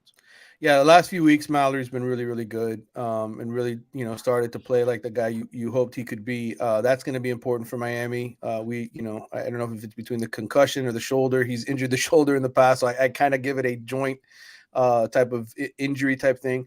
You hope that he was able to get some practices in this week and actually be out there. We don't know, because Mario doesn't even let us out on the field anymore. Ever since we were reporting on injuries. So it's tough for us to get any intel on that with our own eyes. We have to depend on others. So if Mallory doesn't play this week, you'll see, some of their other guys like Jaleel Skinner who can make some plays in the passing game. But you're right. I mean, they need their tight ends in this game. I do think the receivers have turned the corner, and you have to give Josh Gaddis credit. When the season started, to lose Xavier Restrepo after 2 games, didn't help things. He's your most dependable guy, and now you had to kind of groom other guys to get ready. And Colby Young what he's done the last 5 quarters, because he didn't even play the first 3 quarters against North Carolina, just the 4th quarter. But these last 5 quarters have been really, really impressive. It feels like they've got a true number 1 receiver now with Colby Young, and I mean that in the sense of true number 1 in the ACC, not when you have to go play real teams. I think Colby Young is probably more like a number 2 in a big time offense, but very good, reliable hands, big guy. And Frank Ladson is becoming reliable, which he really wasn't for most of his career. So I think those 2 guys, and then Brashard Smith in the slot, some of the catches he made last week were impressive. How concerned should you be, or we all should be, about the secondary going up against Duke? Well, that's the ultimately what this team's when the defense breaks down, it's because the safeties gamble, because they make dumb plays, right? When Cam Kitchens and James Williams, don't do their job, if they blow an assignment off, they don't drop back in coverage, or they come up and they miss a tackle. I mean, that's the last line of defense. So you need those guys to play excellent this week. It's going to be a challenge with Riley Leonard taking off and running. It's going to be a challenge for Corey Flagg. We know he doesn't have the speed to keep up with these quarterbacks out of the backfield. Keontre Smith, those are the guys. Wesley Basaint, now that he's starting to get better at linebacker, those are the guys that are going to be key in this game. Duke's has some receivers that can make plays, but I don't fear Duke's receivers. I don't go into this game saying, man, there's NFL guys at the wideout position that these cornerbacks can't cover. I think this is more about what happens when Riley Leonard escapes the pocket and he makes a play with his legs. Are the guys going to be able to bring him down up front? And if he gets to that second level, are the safeties going to be able to bring him down? Because he's got breakaway speed. And so that's the challenge this week. Cam Kitchens and James Williams playing disciplined in the back, not letting anybody get over the top. And then, everybody doing their job once Leonard decides to take off and run.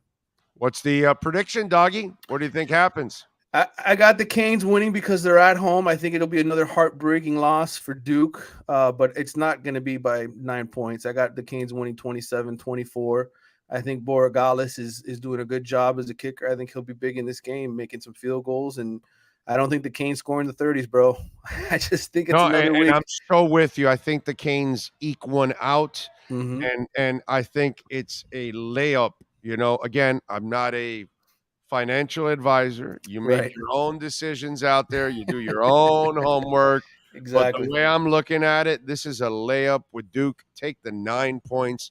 I don't think Miami covers. I don't think they're good enough to cover by 10 or more at this point in time. So unless Duke comes in here and starts throwing the ball away and just giving up the ball a ton, and I don't think that's going to happen either, I think it'll be an ugly, tight game, but Miami will eke it out. I'm with you there.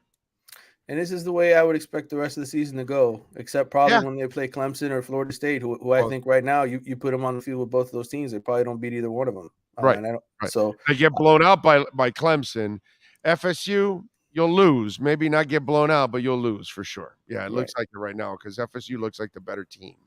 I would say the rest of the competition is kind of on Miami's level in terms of the way that they're performing. I mean, last night's result is a perfect example, right? Virginia's been terrible all year, but then they go and they beat Georgia Tech, who was playing well. So it's and they're all touchdown or less games. Oh, you just look at every score in the Coastal. They're all close, miserable football games. So. There you go. All right. Hey, don't forget, folks, go to caneswear.com. You can order anything with a Canes logo.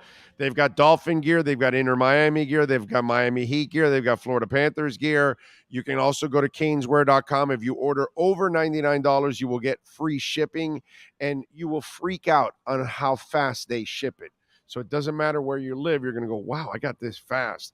And that's because Brett, Jeff, all the guys out there and ladies, they work quickly at Caneswear. Go to the website or visit them at 2511 South University Drive in Davie. It's Caneswear, baby. Canes_wear on Twitter. Manny, as always, thank you, my brother. Hopefully we'll have a happy post-game show, and we'll talk to you then.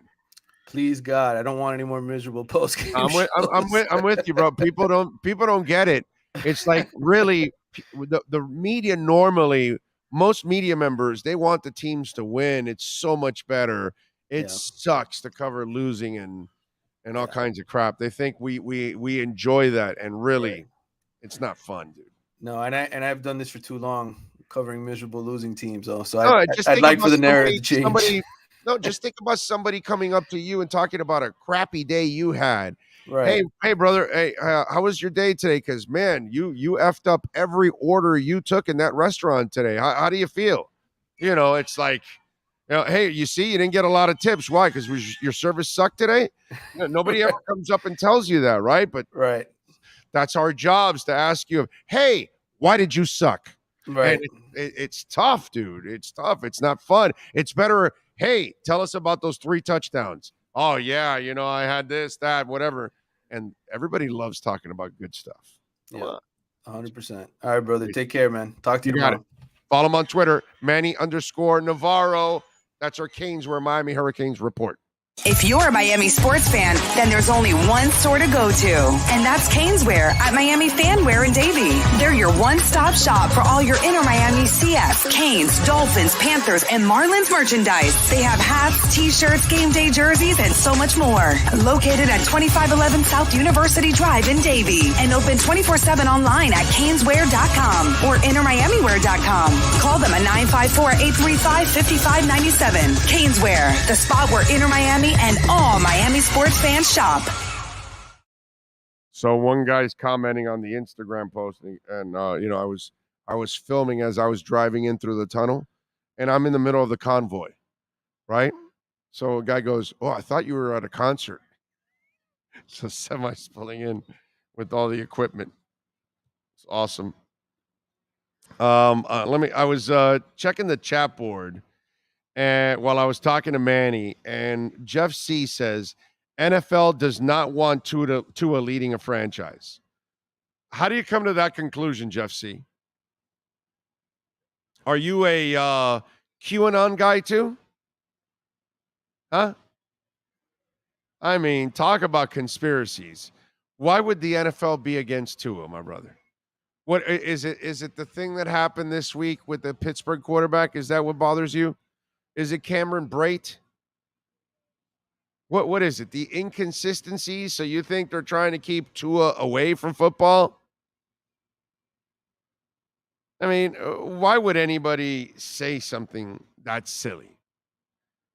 Jeff, if you really think that, dude, then you must be one of those silly fools that are believing all kinds of conspiracy theories that are out there. It's awesome. It's awesome to just put out allegations with no proof whatsoever. And then you've got a bunch of idiots that actually believe stuff without any proof. Ben Volen, there you go. That's a good one. No proof, and he believes that, this guy was a malcontent in the locker room. I mean, it's just like, really? The way they handled his injury. It's the NFL, dude. They suspended Ray Rice for 2 games, and then after they figured out and the video got out, and they probably saw that video too, and then they suspended him, and the rest is history. This is the NFL, dude. They do all kinds of stuff, and they get away with it, but it's incompetence is what it is. Nobody's scheming against. If anything, the NFL is dying to have Tua as a quarterback. Do you know why? He would offset some of the idiots in the league. He's the guy they want to use to represent the league. You see how great the league is and its players. Look at Tua Tagovailoa. He's a Super Bowl winner, contender, playoff, and he's a great person. It's a lot better than here's Deshaun Watson, who's one of the best quarterbacks in the league and also a sexual predator. You see? So the NFL loves these kind of players to succeed for them because it's great PR in the end.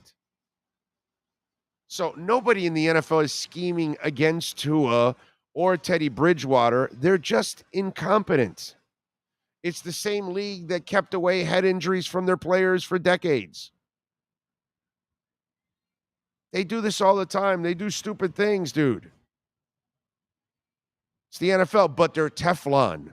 That's why they can be clumsy, because you don't care. It's a shitty game on Thursday, and yet millions of people are watching every Thursday night, one shitty game after another. Yesterday was a little more entertaining than Yeah. Last night was a freakish compared to the crap that you've been watching the last couple of weeks, but still people watch. Huh? Next week is what? Oh, Bucks Ravens. Okay, yeah. Another game for Lamar Jackson to crumble in the fourth quarter. It's fantastic, but it'll be entertaining. You're right. Lamar's entertaining to watch run, and once in a while he'll connect on a couple passes. As long as it's not the fourth quarter and it has to be a comeback, then it's not his forte. But nobody's scheming against Tua. Stop with the silliness, bro. God, these conspiracy theories that you people come up with zero proof. If they wanted him to not be the quarterback, they just tell doctors not to let him Not play. to clear him, exactly. I mean, that would be more of a reason to jump on the conspiracy all of a sudden because Tua can't get cleared. Yeah. If Tua turned into Ethan Carter. Now, Tua is great for the NFL, Ian. Great for the NFL, not just good. Leon Fresco says, hey, Lenny locked down tonight, Harvard plus 115 in the money line versus Princeton in football. My lock is Duke plus 9 tomorrow. That's my lock. Okay? Duke plus 9. Big old McDaniel's press conference is on. Yeah, we'll get the cuts from it and all that, and the key cuts from it, and we'll go over some of the key comments. Sean will look over if there's any earth-shattering stuff. There isn't a lot of earth-shattering stuff that goes on, so I don't want to play the whole press conference for that. He's a great cultured player who inspires many Samoans and different ethnicities to enjoy football. He's a great role model for young people. Yep. If anything, the real people behind the scenes, they're all rooting for Tua. The media idiots and all that. This is the beauty of it. Here's where we are with Tua. Are you ready for this? Do you have the cut of the Savior? So this is Tua. Was it yesterday or the day before? Day before, Wednesday. It was Wednesday. So Wednesday, it was the day that I was an idiot. Well, I'm an idiot every day, but that day I was a supersized idiot. No, every day I'm a supersized idiot. I was a supersized idiot and moron that day. And so Tua was asked about, pretty much saving the franchise since they've lost 3 in a row. Right? And let's play the question and the reaction from Tua. And I want you to know where we're at now. Are you ready? Go ahead, Sean. The Sean Stanley. What would your race car name be? Your wrestling name was the Sean Stanley. Oh, the Sean Allen. I'm sorry. So what would your racing name be? Sean Stanley? Okay. All right. Here we go. Here's Tua. Listen to the question and the answer. Ready? Fire away.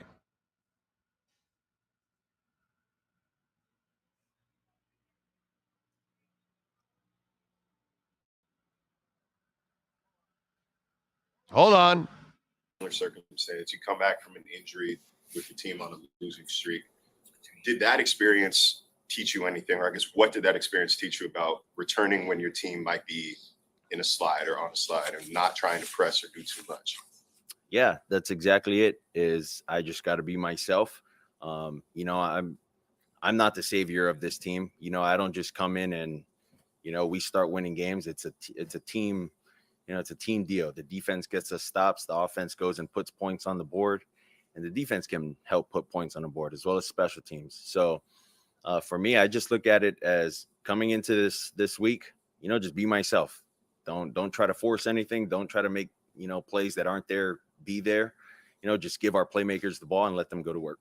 I guess piggybacking off that, you guys work. So you got that there. Wait a minute. Hold on. Okay, there we go. Cameron Wolf interrupting us. What the hell's wrong with you, Cameron Wolf? Huh? Go do a press conference on your time there, buddy. So it's interesting. We've gone from noodle arm, too short, too lazy, can't take tough coaching, doesn't work hard enough, can't be a leader, can't run a powerful offense, to savior.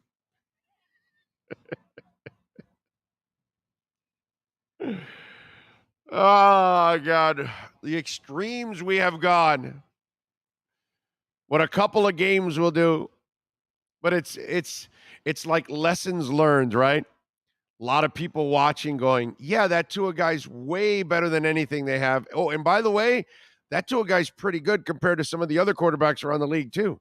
Oh, and yeah, you know what? Now that offense under Tua was a high-powered offense, something I never thought he could do. I thought he was too short. I thought he had a noodle arm. I thought he could not run a high-powered offense. I thought he wasn't a leader. I thought he wasn't sociable. And now we're up to savior.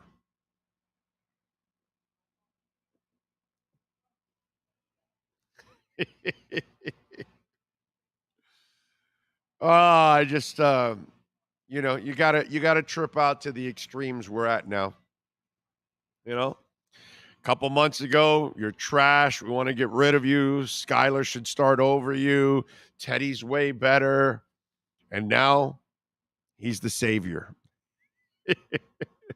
After you've gotten a taste of everybody else, and after you watch other quarterbacks around the league, some of you have just sat back and said, that number one guy is actually pretty good.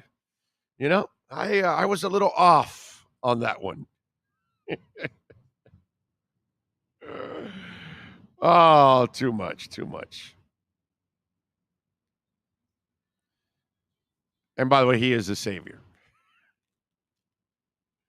Just want you to know, there is no doubt that he is the savior.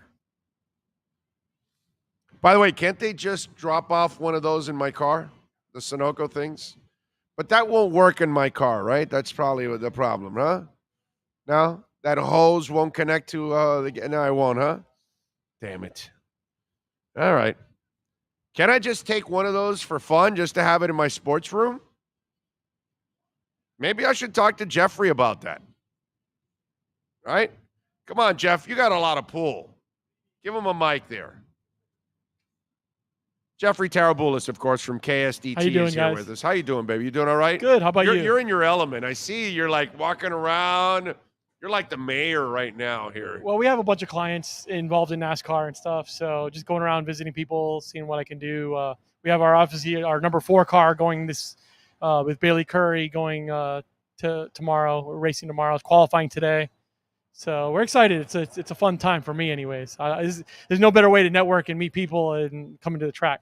I'm with you. Now, since you're making things happen, okay, I need you to make something happen. Can you get me one of those Sunoco fill-up tanks that they're cruising around with? They have like 3 or 4 of them. I need one for my sports room. That thing would look just badass. I can probably arrange that with the team. I can get one of those. Yeah, there we go. That would be the bomb right there. Absolutely. By the way, congratulations expanding to Palm Beach. Yes. And you continue to grow, man. Yeah, we're growing like crazy. I've always said to you guys, we need people right now to fill up those offices. So we got that whole brand work. New, there we go. We have the whole brand new second floor in Dayland area, and we're gonna have a brand new office in Boca Raton, probably in January. We're in Boynton with the firm that we merged with, and we'll hopefully have a brand new big office in Boca to fill up with. Maybe hopefully a lot of FAU grads. I one of the things I'm honored, and you tell me all the time, you go back and watch the show and listen to it, and normally you don't catch it live, you catch it after. But in this world, and as you know, when you watch our show, we're brutally honest. We call things like we see it. But in this world, they tend not to tell us the honest things. So I want to ask you something that's outside of sports. It's a little bit more about life. You're looking for work. There's a lot of jobs out there. Jobs have gone up, but they want to tell us that we're not in a recession when I believe we've already been in a recession for a while now. And I still believe that we're going to be in a recession for a little while more. And as I see what's going on in Europe, which, boy, things are really bad. Well, you saw the prime minister yesterday. Yeah. She was like, 45 days and she's out because that's how bad things are over there. I can't solve these issues. Yeah. And, a lot of the issues is, we have problem. Well, let's print more money and, all these kind of things. And so I'm just wondering, when you see it and you're telling your clients in business and all of that, what is your forecast for us? Are you seeing more of a, because you're the expert, I'm not, but I'm kind of an investor and I follow a lot of stuff. And I think we're going into 2023, deep into 2023 with some issues and maybe climbing out of it in 2024 is really what I'm looking at. I don't have as long of a term forecast as you do. I think that 2023, I think we're definitely going to start hitting a really hard recession. I think, for all my clients, I'm warning them about cash flow. Cash flow is key, right? It doesn't matter how you do. If you got the cash flow, you can weather the storm, But I think I'm hoping that by mid 2023, we start recovering. Right. Yeah. I guess you're taking it maybe till the end of 2023. Well, what I think, I'm with you that like that second half, you start to climb out of it, but 24 is where we bust out is what I think. Absolutely. Yeah. I think, all of the United States is going to have a big real estate recession with the interest rates the way it is. It's the inevitable. It won't be as bad in Florida. We have a lot of real estate clients. We won't be as bad in Florida because we had so many people move here. And they're still coming. Post-pandemic. And they're still coming. And businesses are still coming. And internationally, with things that are going on internationally, people wanting to come to the United States. You can agree or disagree politically with some of the things that DeSantis stands for or whatever, but on the business side, on the economic side, he put Florida on top, dude. Absolutely. He put Florida on top. He is he's definitely looking after businesses. He understands that that's what's going to pay people here and keep things running strongly. And again, not to be political again, I'm a strong supporter, and anyone who's pro-business, Democrat, Republican, whatever it may be, I'm all for them. Since I'm running the platform now for the last couple of years, when I was in the business for many years, I talk to some of the owners, but I don't get as close to them. Now I do, obviously, because I handle the business end also. And every business person loves the governor because he kept them working, he kept them active, and he kept them making money, and he kept the state of Florida making money. Yeah. Like I said, you could disagree with the politics 100% of different things that he stands for, but that's why economically we might be better off than some states. Absolutely. And we're going to continue to grow. We're whatever recession the United States feels, I think, honestly, Florida's not going to feel it as bad as everybody else. It's going to be bad, but we're not going to feel it as bad as everybody else. I mean, we are open for business. And, part of the problems we have, the labor market has to improve, for all of us. Yeah. And we have to get this inflation under control. Because, we're having issues with just employees even wanting to find a place to live here in South Florida. It's too expensive. The rents are too high. It's a tough situation right now. For everyone. They've got to go. Like they must have to go more out into the suburbs in order to find. So it's quite a drive for them. Probably we're getting a lot more employees wanting to work remotely because of it. Exactly. Yeah, that's the whole pandemic thing has changed the way people think. Yeah. And then the other thing, it doesn't help when governments are just giving away money. Yeah. I'm sorry, bro. We were built by working. That's what we're supposed to be. I personally want people in the office, not because I don't trust people or I don't think they can work from home. I think they're probably even more efficient maybe working at home sometimes. But I mean, what my firm sells is the culture, right? Right. That's what differentiates us from all the other firms, I believe. Right. And if you're not in the office to experience that culture, how do you keep somebody? How do you exactly? That's the thing I'm concerned about. Yeah. All right, Jeffrey, appreciate you, my brother, as always. Thank you for being here today. This is awesome. Thank you for inviting us out here, man. And again, folks, if you're looking for work, KSDT CPA's offices in Dade, Broward, and Palm Beach counties, all kinds of positions, right? Yep. Got everything available. There you go. So check it out, ksdtcpa.com. Go to the website, and you can contact them there. Jeffrey, man, enjoy yourself, and good luck tomorrow. Thank you. We're excited about it. Yeah, definitely. Have a good one, guys. Maybe Bailey can come by and talk to us later. I think Bailey's coming by at 1 o'clock. I love it. To you guys. I love it. All right, excellent. Thank you, Jeffrey. Bye-bye. Appreciate you. All right, we are ready to go. Joe Shad, baby, and our Hijinks Sports Grill Miami Dolphins report. He's ready to go. Fire away, Sean Stanley. On. Boom. And there he is. How you feeling, Joe? What's up, Big O? Doing okay out here in Miami Gardens. Mike McDaniel just wrapped up his Friday press conference. Guess the All good right, news is give me some nuggets. Let's go. yeah, well, the good news is that he is optimistic about Teron Armstead's chances of playing at left tackle, returning from that toe injury. Armstead told us on Thursday that it's a very painful injury and that at times he really has had a toe that he's been unable to use. So, but a banged up Teron Armstead is a much better option than anybody else that the Dolphins have to play left tackle. And we'll see if Brandon Shell or Greg Little lines up at right tackle. Coach McDaniel wasn't ready to reveal that specific for us, but he was complimentary of Shell, who has not been around as long as Little.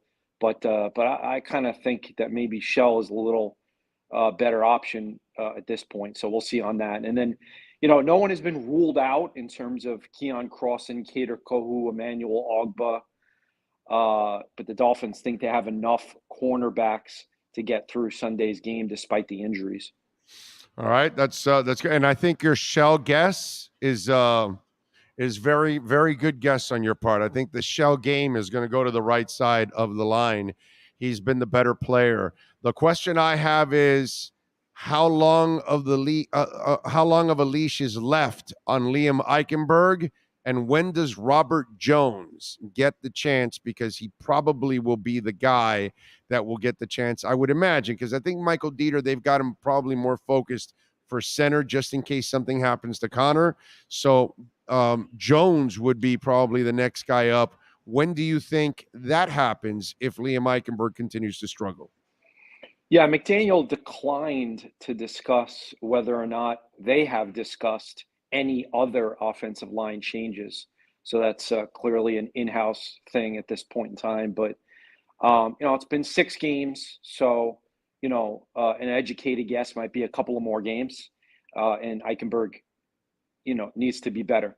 It's a new offense. It's a new scheme. We got to have a little patience. It is the guard position, which is clearly not as important as tackle or center. So they've, kind of gotten away with it a little bit to this point. But, I agree with you. Robert Jones certainly will be an option in the future. Yeah, it's got to happen very shortly. If his play continues, I would imagine in the next week or 2, maybe 3, no more than that. If he continues to struggle, your responsibility as an offensive line coach, an offensive coordinator, and a head coach, you gotta go try Robert Jones, man. You gotta give him at least a chance to see if he can do a better job. And again, I was talking with Larry Little yesterday, and he agrees with me, which I agree with a lot of the scouts that I've talked to. They all think Eichenberg is a tackle. He's not a guard. He's not fit to be a guard. And that's kind of, the issue that's been there. And I get it. They made a lot of moves for him. And so they're trying to see if they can find a place for him. But man, that one is one that, and maybe, you know what, Joe, maybe this week they want to try to see if they can hide him a little bit better with Armstead next to him, right? Maybe that helps him out. I don't know. I mean, if they thought that Eichenberg was a tackle based on what they saw last year, they probably would have put him there. Yeah. It's a good point. Instead of Little and Shell, you know what I mean? So Great point. Clearly, they meaning this offensive line coach, this offensive coordinator, this head coach, they don't think he's a tackle. Yeah. Especially not in this offense. So look, if he's not a tackle in what was the offense last year? The George Godsey offense, and he's not a guard in the Mike McDaniel. I call it the Three Stooges offense. And he's not a guard in the Mike, then he just might be nothing. He might be a reserve, or he might need to go play somewhere else. But we'll see. That's not finalized yet, right? We have to have a little patience. It is a new scheme. There's been 3 different quarterbacks in there. Hey, listen, he plays tackle. He doesn't have to deal with all those stunts as much. Because sometimes it's hard to know. That dude can't pick. Speaking of Shell, he can't pick the shell game on defense. He doesn't know which shell is coming at him at times, dude.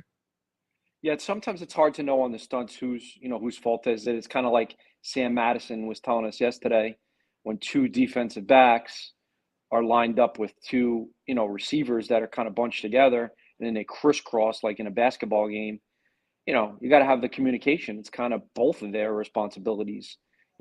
Sometimes they're both wrong. I'm with you there. What else did you pick up from the interview? Any other nuggets? Let's see. Well, Austin Jackson, he's still optimistic that Jackson will return within the 21-day window. Keep in mind, we are a couple of weeks into that now. Yeah, a couple of weeks into that now. So, this is not the week for Austin Jackson, but maybe next week. I think maybe they realize that they just kind of stepped on the gas a little too quickly. High ankle sprains are tough, dude. Right. They are tough. They get re-aggravated. Bro, you've covered enough football and college and the NFL. High ankle sprains are really, really touchy, and you could tell it's a high ankle sprain because if it's if it was a regular ankle sprain, he would have already been back. When it's this long, it's all about high ankle sprain at this point. Yeah, and you need the balance and the strength in that ankle to be able to handle the edge speed rushers. Mike McDaniel said he's not sure if Trey Flowers might come back, but he's not entirely been ruled out after having been placed on injured reserve with a foot injury. Smartly, McDaniel did not get into the conversation about how is it that Kenny Pickett is already cleared to play this week. Obviously that's for us to discuss, not for Mike McDaniel to discuss. But it is a little weird that the concussion protocols seem to be all over the place. Okay. Let's see. Big O Mike McDaniel said in his press conference that the 49ers wanted to draft Eichenberg and wanted to put him at guard, not tackle. Is that I remember that he said something about the Niners wanting him, but I don't remember him specifically. I don't remember the guard part. Yeah, I don't remember the guard part either. Sorry, Samuel. We'll have to hear you. You might be right, my brother, but as you know the rule on this show, we don't believe any of you until we see the proof. And we don't believe any of the stories you sent us until we see that it's actually from a credible source. So that's kind of the rule on the show, that all listeners, they're usually probably passing over bad information because that's the way it is. But if, Samuel, we hear this soundbite, then we'll believe you, my brother. So Eichenberg was primarily a left tackle as a rookie. Yes. He's primarily a left guard as a sophomore. And what's interesting is he was a left tackle who didn't give up a sack in 30 straight games at Notre Dame. So it's just amazing. It's like, how did he go from that to not very good at all? And you just wonder how much the confidence has waned on him. Right. You know what I'm saying? Is he not quick enough to play tackle and not quite strong enough to play guard? I mean, sometimes guys are just tweeners. It happens. Yeah. But I thought that he was going to be the right tackle last year, and that he would do that. That he would have a chance to do that. Mike McGlinchey, his friend Mike McGlinchey, they both played right tackle, and then at Notre Dame, they're both from Notre Dame, and then McGlinchey was the right tackle in this offense. Yeah. But they obviously decided that they wanted to go with Austin Jackson at right tackle, and he's more athletic, obviously, than Eichenberg. So hopefully Jackson, plays his best football when he does return as early as next week. Highlights from McDaniel's press conference. First question deals with Liam Eichenberg and what qualities McDaniel saw in him to put him at left guard. And McDaniel says the Niners had targeted him when he was there and had him targeted as a guard. Eichenberg, of course, started at guard last season for the Dolphins before moving to left tackle, where he would fit as an NFL player. So there you go. And that's poop art, by the way. So we could say it's a legitimate source now. Did you translate it? Did you translate that from Canadian to? Yeah, I did. He did write it in French. How'd you know? Okay. How'd you know? That was the French version of Dolphins.com. Yeah. I was practicing my Francais, So yeah, exactly. That's it's a beautiful thing. So yeah, he did target. So there you go, Samuel. You get love. You gave us accurate information. I will remember that now. That Samuel Rosa provided accurate information there. All right, so we look at this game, my brother. Tua, what'd you think so far of everything that's been handled, and do you think this is the right thing to do, playing him this week? Yeah, I mean, he visited with, 4 or more I know. of the world's leaders in head injury. So obviously, everybody feels comfortable with his return, and if they feel comfortable, I feel comfortable. Why shouldn't we? It's the same thing with Mike McDaniel. I mean, if Mike McDaniel is told this guy is cleared, I mean, what is he supposed to do? Not put him in there? And that was Yeah, bogus. That was total bull that people criticize Mike McDaniel. I don't care if you're a of former course. coach like Rex Ryan or not. That's absolute joke. You got to lean on your medical staff. They tell you he's clear or not, so yeah, I mean, look, of course you worry a Brother, little Rex bit, Ryan had Tyrod Taylor right? laid out on the turf. Laid out. He's clearly concussed. He's in there a couple plays later back. Rex Ryan puts him right back in. Rex Ryan is full of crap. It's, dude, you worked at that company. You know how they do this. The producers will go over and say, we got this topic. Who's going to play this side and who's going to play that side? And even if you don't believe in it, they're going to make somebody play the opposite one way or another. Why? Because it's just professional trolling is what they do. So somebody on that panel had to take that kind of stance And I about. was actually a sideline reporter. This is very random, but in the preseason game in which Rex Ryan inexplicably had Mark Sanchez taking snaps, I think it was the third preseason game, and he like left him out there, and everyone's like, "Why is he out there?" And then he got injured, and Rex has said that was one of his biggest regrets, that he mishandled having had his quarterback on the field at that time. So who knows? But I don't know. Listen, I mean, it's going to be interesting to watch, um, Tua take on a Steelers defense in which the players are obviously all going to be prepped by Brian Flores. He knows every single strength and weakness. But Mike McDaniel made a very Not really, interesting. not really, not anymore. It's Well, a no, that's completely my different point. offense. Yeah. That's what I'm telling you. That's what I was about to tell you. When I asked Mike McDaniel about it, and this is what I'm going to write about, probably for Sunday's paper, in the Palm Beach Post, McDaniel said, well, basically, this is a different guy in a different offense. Yeah. And we all know, listen, Flores didn't have access to, Tyreek Hill No, and Flores and didn't know how Teron to Armstead. and Flores wasn't smart enough to know how to use Tua.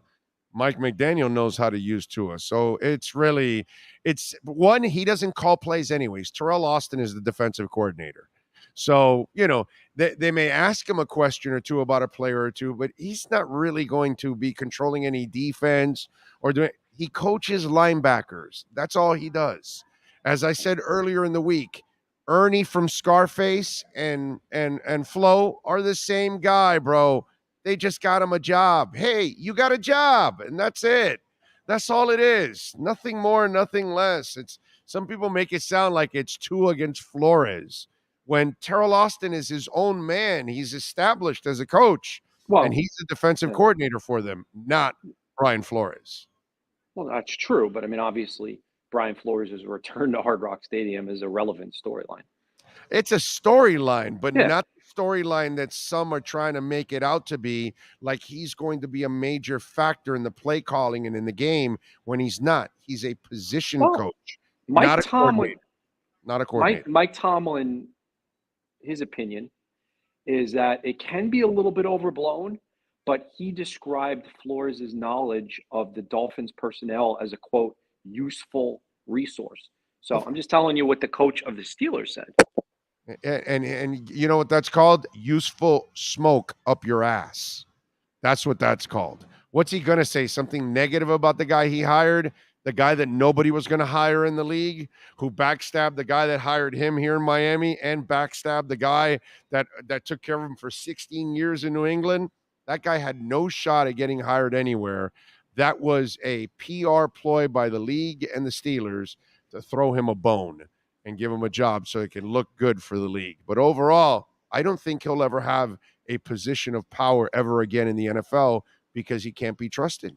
Well, then people will say that he was blackballed in the same way Colin Kaepernick was.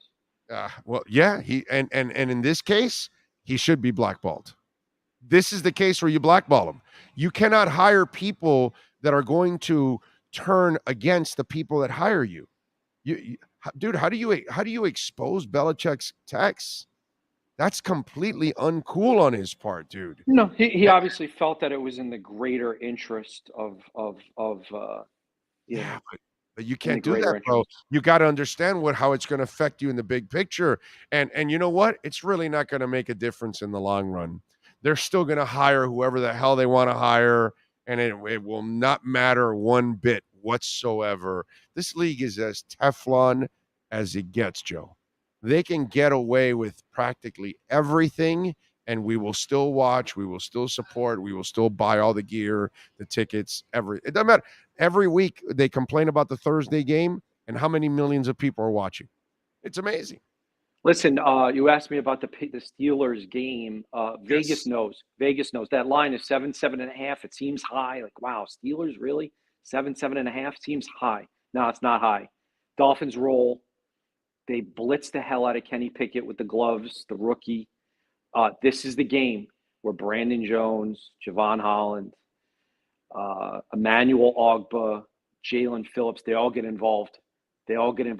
I'm not going to be surprised if they sack this guy 5 times. How many emails, DMs did you get from Dolphin fans about Kenny Pickett and the concussion this week and how they handled it? Yeah, I mean, I don't know the details about the concussion protocol relative to why Pickett was able to practice earlier in the week. I don't know. I mean, obviously they're not violating NFL rules, so it must be that folks have a problem with the way those NFL rules are set up. So I don't know. Do you blame the Dolphin for that? Because you screw Teddy Bridgewater. I mean, there was no ataxia. I don't care what they say. It wasn't anywhere on video, so they're lying about that, obviously, because if there was real video, the league would have let it out and shown people, hey, no, we had to do it to protect them and there was none. And they kind of let that thing die so that the story would just go by and everybody would forget about it and move on. So I get where Dolphins are a little pissed off about the Pickett situation compared to how things have been handled with Tua and with Teddy Bridgewater. You got to understand that part, right? Yeah, no, I understand the frustration of Dolphin fans, certainly. Listen, I do think that Tua Tagovailoa is going to play well on Sunday night. Mm-hmm. He has played very well this season. Mm-hmm. I think the Steelers' defense is not that good, and I think the Dolphins roll. I think the Dolphins crush the Steelers. That's my belief. I love it. Follow him on Twitter at Shad Joe. Catch his work at the Palm Beach Post. And tell them what you're working on the Palm Beach Post so they can check you out, man. Well, I'm going to do something on the state of the Dolphins' injured players. You can look for that on the Palm Beach Post website later today. And for Sunday, I'm obviously going to bring together all the storylines for this game, the return of the 72 team, Tua's return, Flores' return, everybody's returning. So all the fascination, what are the Dolphins players saying about Flores? What is Tua saying about Flores? Is there any relevance to Flores' knowledge? All that stuff. We'll dive into it. I'll post it later today, but it'll be in the paper on Sunday. Follow me on Facebook, Twitter, Instagram, Shadjo, SCHADJO. We appreciate you, Big O. And subscribe to the Palm Beach Post, please. Okay? Support our local journalists like Joe and Hal and Tom D'Angelo, all the terrific people there at the Palm Beach Post. Joe, have a great weekend, my friend. We'll catch up next week. Thank you. See you. You got it. There you go. He's always into Hijinks. Hijinks Sports Grill, the best looking sports bar in South Florida. Just go to the IG page. Seriously, just go to Hijinks Sports Grill, and it's in Boca. They've got one location only, and go check it out. Just go to the Instagram page, and then here's the words you're going to say to me, and I'm going to say to you now ahead of time. You're welcome. You're welcome. And you're just going to say, thank you. Oh, wow. I'm subscribing. I'm following Hijinks. Say it. Current and former Dolphin cheerleaders are the servers there and bartenders. I'm just saying. Just saying. We are giving something away. I don't know if you can pull up the Nature Bee picture there, but we've got a Nature Bee prize pack worth over $100, and we're giving it away to 2 lucky followers. All you got to do, folks, is simply follow NatureBNZ on Instagram. NZ is for New Zealand. NatureBNZ on Instagram. Tag a friend in the comments of the post. Okay? And you and your friend will be entered into that drawing to win the prize pack worth over $100. Also use the hashtag Big O Radio Show on your Instagram post. This is only an Instagram giveaway, not Twitter, not Facebook, not LinkedIn, not TikTok, Instagram. Okay? So go there, follow NatureBNZ on Instagram, and tag a friend in the comments. You and your friend will go into the drawing to win the prize pack. And then use our hashtag also Big O Radio Show. Hashtag Big O Radio Show. We will pick 2 winners there. So make sure you follow the folks on Instagram at NatureBNZ and get into the prize pack. If you, I've been talking about NatureB for 20 years now. Some guy got on it yesterday that I was talking about it. I posted it, and he goes, man, I've been taking NatureB for 15 years, and I never took my shots. Never got COVID. I rarely ever get a cold, so I understand what he's saying. I'm not saying that it's going to protect you from COVID, but I get what he's saying. I rarely ever get a cold when I have NatureB in my system. It's amazing. And personally, what I do, I take it when I go to sleep, because that way it gets into my body and it's potentiated. So it's already broken down so your body can absorb it a lot faster. That's what potentiation is. But I like it so then that way when I go to sleep, I get it in my system. And when I wake up, boom, I'm protected, man. And I'm out into the world and out here and whatever. And you shake hands with people and sometimes they have a cold or whatever, that kind of stuff. So you want to protect yourself. And I always tell you, natureb.com. You can buy 2 months, get the 3rd month for free and free shipping. Use our code Big O. And I'm telling you, the benefits are endless. Go to natureb.com or also get on the contest and join us. Go to my Instagram page at Big O Radio Show, and you'll see the contest there. You can take advantage of it. All right, 855-912-1056. That's 855-912-1056. We have yet to take a break in 2 hours. Okay? So we're going to do something that other people do. We're going to take a small commercial break, short one. Just give me 2 minutes. I got to rest my voice a little bit here. And we'll be back to start off hour number 3 of the program live from the Homestead Motor Speedway, baby. Yes, sir. The Dixie 400 this weekend out here at the Homestead Miami Speedway. And we're out here covering it. All right, back with more right here in hour number 3 of the Big O Radio Show. There's no need to drive around South Florida wasting valuable time looking for a new or certified pre-owned Acura. Go to the #1 volume sales dealership in the Southeast United States. Craig Zinn's Acura of Pembroke Pines. Purchase with pace and space in a dealership tailored to your needs. From home buying to providing that personal touch. Contact the 2020 Satisfaction Award winner Craig Zinn's Acura of Pembroke Pines. 888-776-5123. That's 888-776-5123. Or visit them at 15601 Pines Boulevard in Pembroke Pines. Welton Rayom has more than 62 years of litigation experience handling insurance disputes. They're committed to resolving even the toughest insurance claims quickly.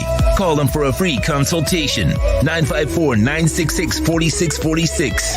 At Welton Rayom, they don't get paid unless you win. Property damage claims to your home, business, or condo as a result of a hurricane. Welton Rayom can help. Water, mold, fire, smoke damage, Welton Rayom can help. Call 954-966-4646. Why is it that you get locked out in the worst moments of your life? Where are my car keys? Man, I can't find my house keys. In those frustrating moments, you need a locksmith you can count on.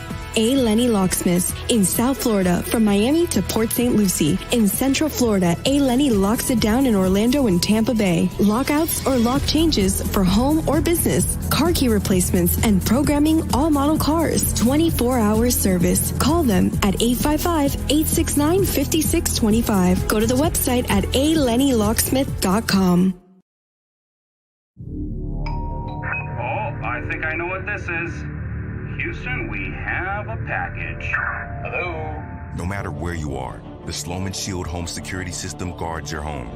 With next-gen perimeter protection, 24/7 monitoring, and interior motion sensing.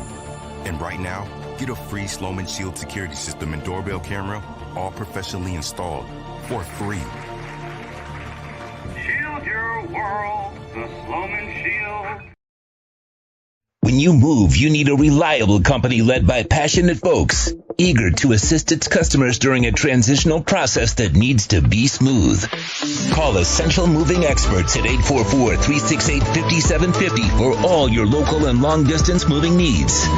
You can rely on Essential Moving Experts. Mention the Big O Show and get $150 off. Family owned and operated, they offer free 30-day storage, full service moving, fully licensed, bonded, and insured. Moving was never so easy. EssentialMovingExperts.com. For over 16 years, EJDConstruction.com has provided South Florida residents quality craftsmanship, accurate project management, and exceptional service. That's why EJDConstruction.com is an A-rated member of Angie's List and the Better Business Bureau. When you're looking for the right custom home builder for additions or home remodeling, please call my friend Eric at 305-433-4843. That's 305-433-4843 for EJDConstruction.com.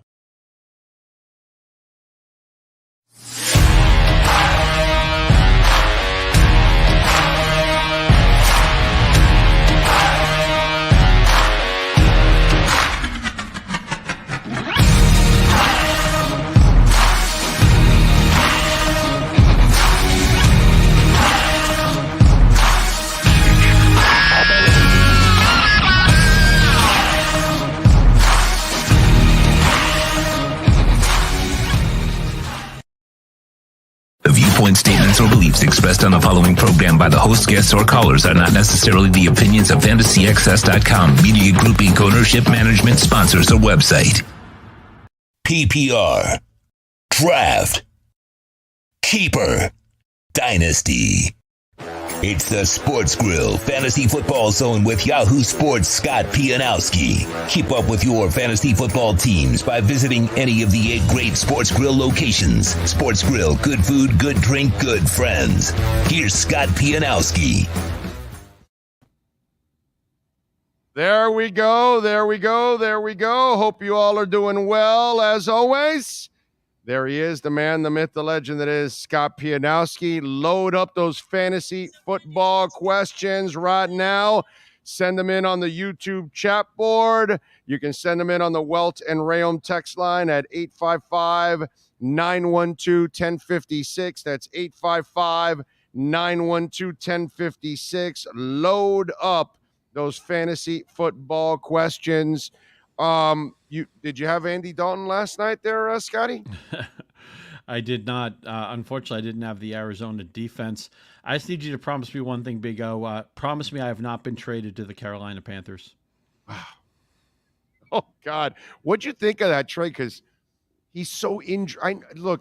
Schematically, football-wise, IQ, I get what Shanahan's thinking, and it would be perfect. And I get it. He's a mismatch nightmare, all that stuff. As a pass catcher, he's a terror, all that stuff. Man, but that's a lot of picks for a guy that is rarely on the field. Yeah, I thought Carolina had to make that trade, right? I mean, they're rebooting. Yes. Their next good team is not going to have Christian McCaffrey on it. So he's in his 6th year. Running back windows don't stay open as long as we think they will. And he's eventually going to make pretty good money. The contract isn't that bad this year for a cap hit. So I think the Panthers had to make the trade. As far as San Francisco, the NFC is wide open. I mean, Philadelphia right now looks really good, but you can make a case for a number of teams as the second best team in the conference. I mean, is it Minnesota? Is it Green Bay? Is it Dallas? Is it Tampa Bay with the Rams? They're all flawed teams. So the Niners think, well, we went to the NFC Championship game last year. Let's let's do what the Rams did, right? The Rams sold all sorts of stuff. They mortgaged their future, and they got a championship out of it. If the 49ers get back to the Super Bowl, it'll be worth it. But you make a good point. I mean, McCaffrey's been injured the last couple of years. It's a position where injuries hit the most. The Niners have done pretty well with, nondescript. Elijah Mitchell came out of nowhere, was fine. Jeff Wilson's been pretty good. He wasn't great last week, but he's been fine. But I think Carolina had to make this trade. I get why the Niners did it, but if McCaffrey, of course, gets hurt, they're going to regret that they just traded a slew of draft picks for probably the most easiest of all positions to fill. Yeah, and my problem with all of this is you don't have the quarterback to get this done anyway. And so that to me, it's interesting that you're making this kind of a move. I understand you make this move when you're the team that is right on the brink of winning a Super Bowl. I'm not exactly sure. Dude, I just think you're going to see Garoppolo, McCaffrey, and Boza take turns going to the IR is what I think is going to happen right now. That's what I think. Yeah, it's funny. I mean, I was in love with this defense about a month ago, and then they play last week. They were missing all sorts of personnel, and they get pushed around by the Atlanta Falcons. They were like 5 or 6 point favorites in that game. Atlanta, the only team who's covered every week. So I guess if the defense can stay healthy, it's a top 5 unit. It could be the best unit in football. And again, they went to the NFC Championship game last year, so they have to at least probably internally have a pretty good sense that they're close. Whether or not that's true or not, we'll see. The only thing for me is that if you're going to trade the time to draft capital, the last thing I'd want is a running back. Here's the irony, right? In real life football, the quarterback is everything. In fantasy football, the quarterback is not everything. In fantasy football, the running back is everything. In real life football, the running back is not everything. They don't even really go in the first round anymore. It's a rarity. So teams have gotten smart. You look at like a team right now, the Patriots are rolling with Ramondre Stevenson. He's a 4th-round pick. Dameon Pierce has been great. He was undrafted. It's just the one position where guys come out of the woodwork constantly. You might not even know who they are. Maybe Khalil Herbert's the best back in Chicago. He wasn't a high draft pick. It just seems like again in fantasy it's backwards, because in fantasy we need running backs like plasma, right? And let me also just kind of head this off at the pass.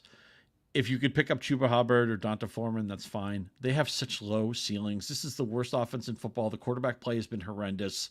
Yeah, if they're sitting there in your wire, you want to get them, fine. Both Andy Behrens and I independently tweeted the same thing. If we did get those guys, we'd probably try to trade them. Not that anybody in your league is going to give you a king's ransom for them, but maybe you pick up one of those guys and then he plays Sunday and has 16 carries for 42 yards. And then he's like, his value is taking a hit. So, well, maybe what you do in this case is you pick them up now. You're not going to get a lot, but if somehow this week one of them busts out for a big ass game, that's when you dump them right away. That's a possibility too. Or maybe they're sweeteners. Maybe you're trying to get a trade done and giving somebody Foreman would make them happy. Also, don't cut Jeff Wilson just yet, because I don't know how much McCaffrey will play this week. So you may end up starting Wilson. Obviously, 4 really good teams are on bye. This is going to be one of the more difficult bye weeks to navigate. So Wilson's probably going to end up being somebody you cut or you only hold as an insurance policy, but he still might get 15 touches this week, because I don't think they'll throw the heaviest package at McCaffrey right out of the box. All right, send in those questions. Let's go. Line them up, your fantasy football questions. Scott Pianowski is ready. Chad is asking, drop Edmonds for Melvin Gordon. I think I would. Although, Gordon didn't play much at the end of that game Monday. But Nat Hackett, does he look over his skis or what? I don't know if he's a one-year thing in Denver. But it sounds like Gordon's going to get the start. I know the Jets have played pretty good defense for the last few weeks. I could see Gordon getting to 15 or 20 touches before I can see Edmonds doing it. Right now, I don't have a lot of faith in either guy, but I would lean towards Gordon. Okay. Next one. Do I start Goff or Mariota this week? How about that, dude? Yeah, I think I would start Goff, only because I'm just afraid Mariota in any week could throw the ball 15 times. Now, he also is mobile. Last week, running, he ran for like 50 yards. He punched in a touchdown. You need that with Mariota. I feel like it's just more plausible where Goff has more help. They're going to probably have Swift back this week. Brown should be ready for a full complement of snaps. He didn't play a lot before the bye week. Dallas is a good defense, and of course Parsons will be beaten down on the pocket all week. But I still believe in Detroit's offense. Their defense is going to be terrible, but Jared Goff is still around league average, maybe a little bit better, and he's got really nice pieces. I just Atlanta, they want to run to set up the run. So if you don't get a touchdown from Mariota, you could easily be looking at like 12 points. Emilio's asking, do I start Lazard or Dubs? But Lazard's got the 4 touchdowns, and he's getting more downfield work than Dobbs, so I'd lean there. I'm not in love, obviously, with the Green Bay passing game right now. Washington's defense has been pretty good, but maybe Green Bay can get right in this game. I just feel like if there's going to be a touchdown thrown on the Packers offense, I feel like Lazard's the guy probably to catch it. His second question is Mike Williams or Myers? It's Mike Williams. Look, I know, obviously, Surtain shut him down Monday. There's just like a handful of cornerbacks who are nightmare matchups. Surtain's one of those guys. This week, Williams gets Seattle. There's no matchup nightmare in the Seattle secondary. The Legion of Boom has long since moved on. So I know Seattle played a low-scoring game last week. The Chargers and Seahawks should be one of the highest-scoring games on Sunday. Play Mike Williams. Okay. Everett or Gesicki in a flex league? I wish I knew. We've talked about Gesicki. We like him. He's a pro. This is a new offense for him. It doesn't necessarily play to his strengths. I was really encouraged by how well he played last week, but I still, this offense is about the receivers. Everett has to deal with other guys too. I mean, they were using Parham so much on Monday, but I just feel like Everett's going to have 6 to 9 targets. I feel like Gesicki could easily have 3 or 4, so I have to lean Everett, even though I do like Gesicki as a player. All right, remember, Welt and Rayom text line, a great way to send in the questions on the text line. Flex spot, A.J. Dillon, Gerald Everett, or Zay Jones? A weak vote to Dillon. Man, that Packers offense is not what we thought it would be.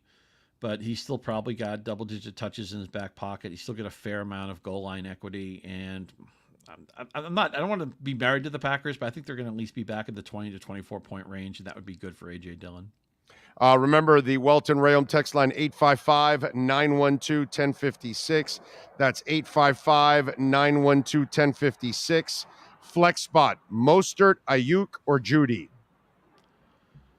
I'm going to go with the back. Mostert is the lead back in Miami. They're 7.5 point favorites. We like to get tied to a good game script. I realize it's been hard to predict this backfield at times because it looked like before the season Evans would be their guy, but they've certainly leaned into Mostert. I also think Pittsburgh might have an emotionally spent reservoir. The great upset win last week over Tampa Bay. I think they might come out flatter than a pancake on Sunday night, and I actually think I'm very reluctant. I hope so. I'm very reluctant to spot big points, Big O, but that's a game where I saw the 7.5. I'm like, yeah, I'll swallow it. I think Miami's going to win by like 17 points. You know the return of Tua will ignite the offense. They should have won. They should have won last week. It's so funny that they could have won most of the games in the last 3 weeks. They should have lost the Buffalo game, outgained all day, and then they dominated. They dominated Minnesota. 240-yard edge in offense, whatever it was. Minnesota had no right winning that game. Couldn't finish. That's just the way football is sometimes. They should have lost the Buffalo game. They won it. They should have beaten Minnesota. They lost, and that's how the NFL works sometimes. But don't be fooled. I mean, Pittsburgh won last week. Pittsburgh's still one of the 5 worst teams in football. Oh, yeah, no doubt. 855-912-1056. That's 855-912-1056. The Welton Rayom text line. Need to figure out who to start at my wide receiver spots with my flex options are St. Brown, Cortland Sutton, CeeDee Lamb, and Najee Harris. Lamb and St. Brown are the 2 guys I would use. Harris, man, last year at least you could say, even when he wasn't playing that well, he never came off the field. This year they actually used Warren a fair amount of the time. And Sutton tied to Russell Wilson, who hasn't played well. I mean, Lamb's probably going to get Dak Prescott back. And St. Brown I expect to be fully healthy with the bye in his rearview mirror. So Lamb would be the first guy I'd play. I assume you need 2 of them. I'd play Lamb and St. Brown. Razzle Dazzle Crypto says, should I start McCaffrey this week or should I give up on Brandon Cooks and Michael Thomas for my flex spot? I think I would. Those guys are good enough that I think I would. Cooks certainly. I would play over McCaffrey. I think McCaffrey's going to get maybe 20, 25 snaps. Maybe he'll get 10 touches. So if that works for you, he'd probably need a touchdown to pay it off.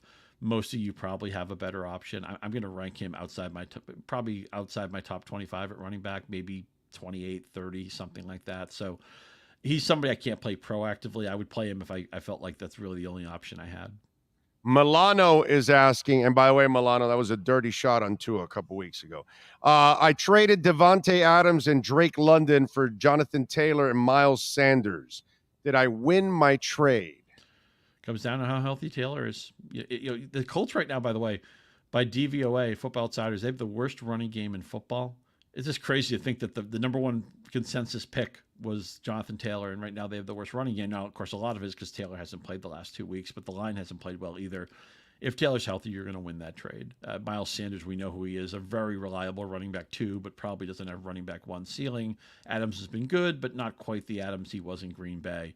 If Taylor's healthy, I see making that trade. You're betting that Jonathan Taylor comes back strong. I think there's a plausible chance that he does, so I probably would have made that trade too. Flex Ayuk or Judy? Oh, I'm sorry, Mostert, Ayuk, and Judy.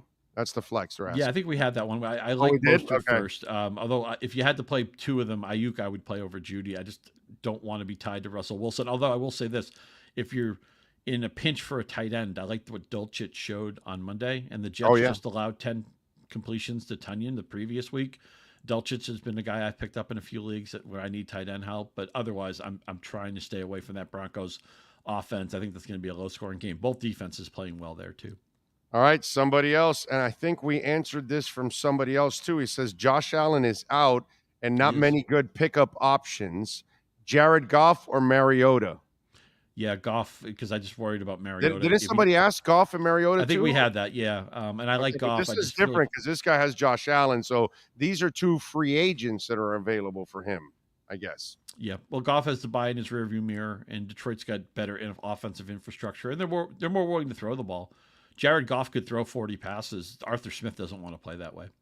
Right, I'm with you there. All right, what are you guys working on Yahoo, my friend, so folks can check you out? Yeah, posted our sleepers and bold predictions on Thursday. Later today, I'll be doing my picks against the spread. One of those will be Denver. I'll tell you that right now. 23-7 against the number this year, so we've been running pretty good there. Sunday, Fantasy Football Live. It's our flagship show, the final hour before kickoff. They'll be doing the webcast. I'll be on the Yahoo Fantasy handle doing a lot of this, start, sit, trade questions, pickup questions, trying to help you. And then, the whole cycle starts again. Sunday night, we'll do the podcast wrap-up. Monday, Andy will have the pickups. I know he'll be talking to you on Monday. So that's our cadence in football. It's, September, we try to figure things out. We try to keep our heads above water. October is when we try to make our move. So I want you to finish strong. I want you guys to all remember, your opponents right now, they're ready to do crazy things because somebody in your league's 1-5, and he's dropping somebody he shouldn't, or he's ready to make a trade he shouldn't. He's panicking. Take advantage of that person. I mean, it's all's fair in fantasy, right? I mean, we're all friends here, but we all want to win. Keep a track of who's dropped because guys are going to start dropping players. Somebody may drop Allen Robinson. Not that he's going to save your season, but doesn't play this week. The guy who rosters Robinson may be 1-5. So make sure you're auditing those drops. And again, it's a regular routine. I'm here every Friday. I know you have Andy at the early part of the week. We're in a regular cycle at Yahoo. So hang out with us on Twitter. Hang out with us on Fantasy Football Live. Let's try to get you a win. Got it. There you go. And follow him on Twitter at Scott_Pianowski. Scott, may the big wins be yours, my friend. We'll see you next week. Thank you. To talk to you, buddy. Good luck this week. Thank you, my friend. There you go. The great Scott Pianowski. And don't forget, when you go to Sports Grill, and there's 7 amazing locations, the 8th one is coming in Doral. We'll tell you when it's open. But $1.50 Bud Light drafts and bottles during NCAA and NFL games. How about that? They've got new cocktails that they've added for only $5 during NCAA and NFL games. The cherry lemonade and the tailgate tea, $12 domestic pitchers. So many great deals while you're watching football. Bone-in wings, 15% off. How about that? Other people raising prices, Sports Grill lowering them for you. Buttermilk chicken sandwich, it's on the menu. It's delicious. And, of course, Mondays, they've got the $7 single smash burger. Tuesdays, the $2 tacos. You can choose from chicken, beef, or fish. And Wednesday, the kids eat for free with the purchase of an adult entree. Check out all 7 amazing locations. Sports Grill, baby. Great place to enjoy a game and some great food. That is Scott Pianowski. You've been listening to the Sports Grill Fantasy Football Zone with Yahoo Sports' Scott Pianowski. Go to sportsgrill.com to find a great location near you. fantasy football fans, subscribe to the Big O Radio Show on YouTube and all other platforms to catch up with all our fantasy football insight, provided by Scott Pianowski and Andy Behrens. All right. We're back. There we go. Boys always getting it done, man. Excellent. What can I tell you? It's a beautiful thing. So we are out here at Homestead Miami Speedway. Have a little fun out here. We're going to have Cameron Wolf join us at the bottom of the hour. Niners trade Christian McCaffrey. Terrible trade. Cards beat the Saints last night 42-34. Andy Dalton, the Red Rifle. Huh? That guy, I've never been an Andy Dalton guy ever since he came out of the league. Came into the league. I just always thought that he always lacked what you needed in order to get it done. Whether it's sometimes the arm strength in certain situations, the decision-making in key situations, it's funny that, like, Tua doesn't have a big arm either, okay? He has as good an arm or better arm than Andy by not by much. But the difference is the anticipatory skills and the way you view the game. And when you watch a guy like Andy Dalton, why is it that he doesn't convince me? And why is it that Tua does? You think about that, right? Because neither one is a great athlete. Neither one has a monster arm. But the difference is when I watch the way one guy looks at the game and reacts to it, and compared to another guy, I look at Tua as a guy that can make plays and be a difference maker and set his playmakers up for success. Where I look at as a guy, as a Andy Dalton type, and I really want one of those Sunoco things. Anyway, and I look at Andy Dalton as a game manager all the time. He's going to depend on everybody else. He's not going to make game like that touchdown he threw early in the game down the field. That's not what he normally does. He doesn't do enough of that kind of stuff. He doesn't thread it into difficult situations, whereas Tua will. I'm telling you, it's one of those where you see the guy and there is something about it. And that's why, we had Joe Shad on, and I love Joe, but obviously he and I will disagree on certain things with the Dolphins, and Tua is one of them.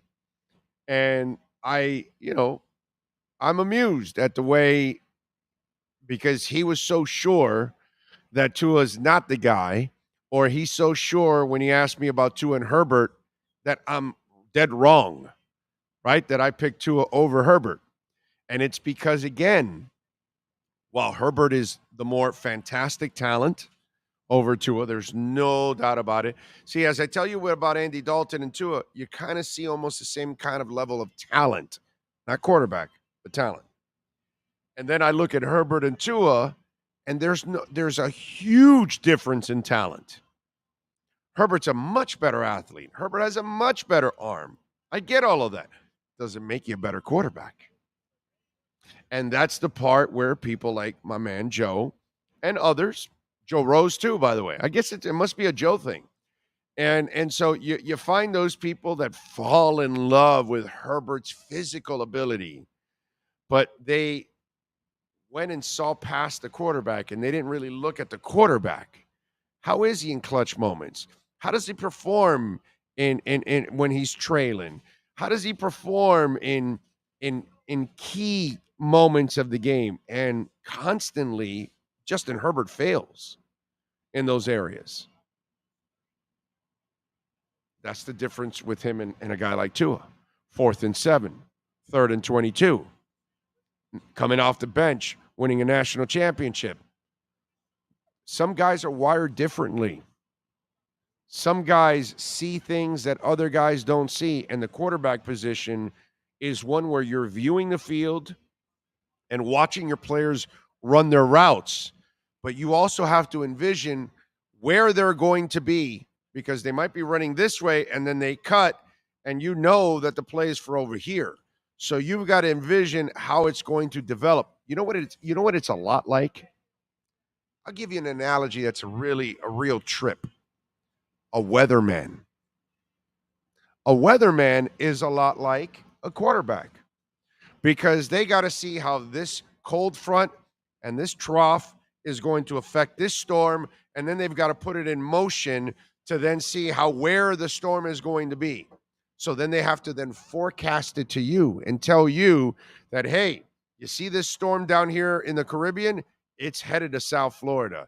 It's going to make a curve up this way, and it's going to head into South Florida. And sure enough, it does. Why? Because they were able to anticipate it. That's what the quarterback has to do.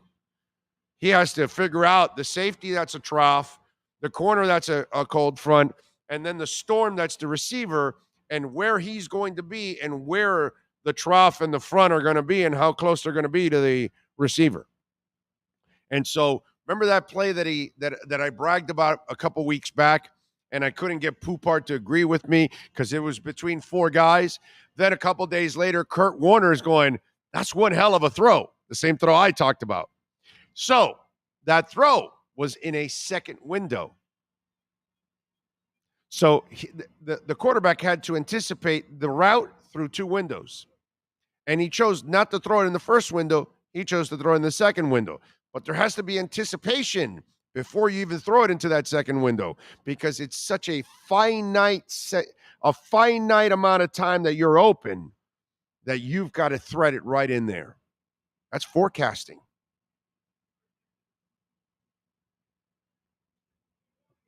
When I look at Andy Dalton, I don't see a lot of forecasting. When I look at Justin Herbert, I don't see a lot of balls and some forecasting. Tua, balls for days. Days. Nobody blows out their hip and comes back to play football if you don't have balls. Nobody says, I blew out my ankle. No, let's do this. Let's wrap it with a titanium rod so it's stronger than ever and it won't happen to me again.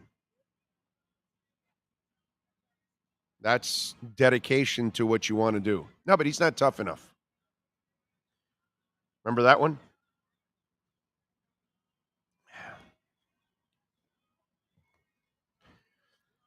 Let's see. So Herbert is like the good-looking actor being a weatherman because of their looks, while Tua is like Brian Norcross, right?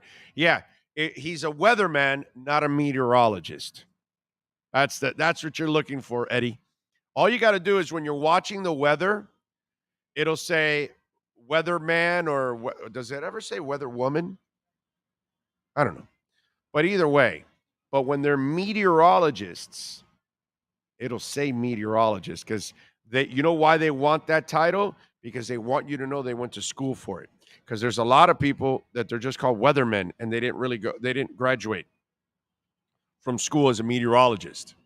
They might have been doing some broadcasting or this and that, and then they learned about the weather. So they're weather forecasters and they're weathermen, but they're not meteorologists.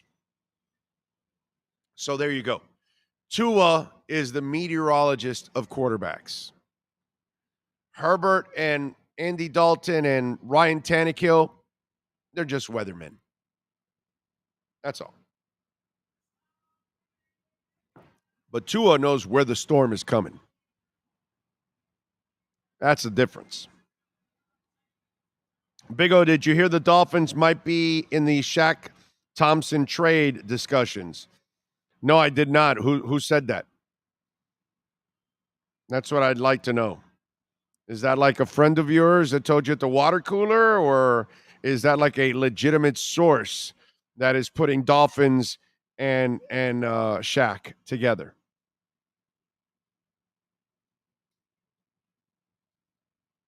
All right, let's take a quick break. When we come back, hopefully Cameron Wolf will be joining us. We will unleash the Wolf Pack. Ooh, Polkadot founder Gavin Wood steps down as CEO. Very, very interesting. I know the other guy, I forgot his name now, is really the kind of the head cheese of Polka Dot. And Gavin is like the number 2 guy, but yeah. Interesting. Gavin was with Ethereum for a short time. I think like 6-9 months or something like that. He wasn't with them a long time. So he's not really a co-founder of it. You know what I'm saying? Interesting. Just saw that in the news. All right, let's take a quick break. Give me a couple minutes here. When we come back, we will unleash the Wolf Pack with Cameron Wolf right here on the Big O Radio Show live from Homestead, Miami Speedway.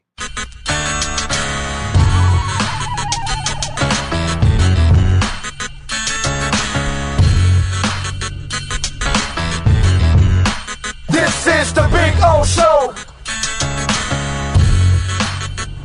This is the Big O Show. This is the Big O Show.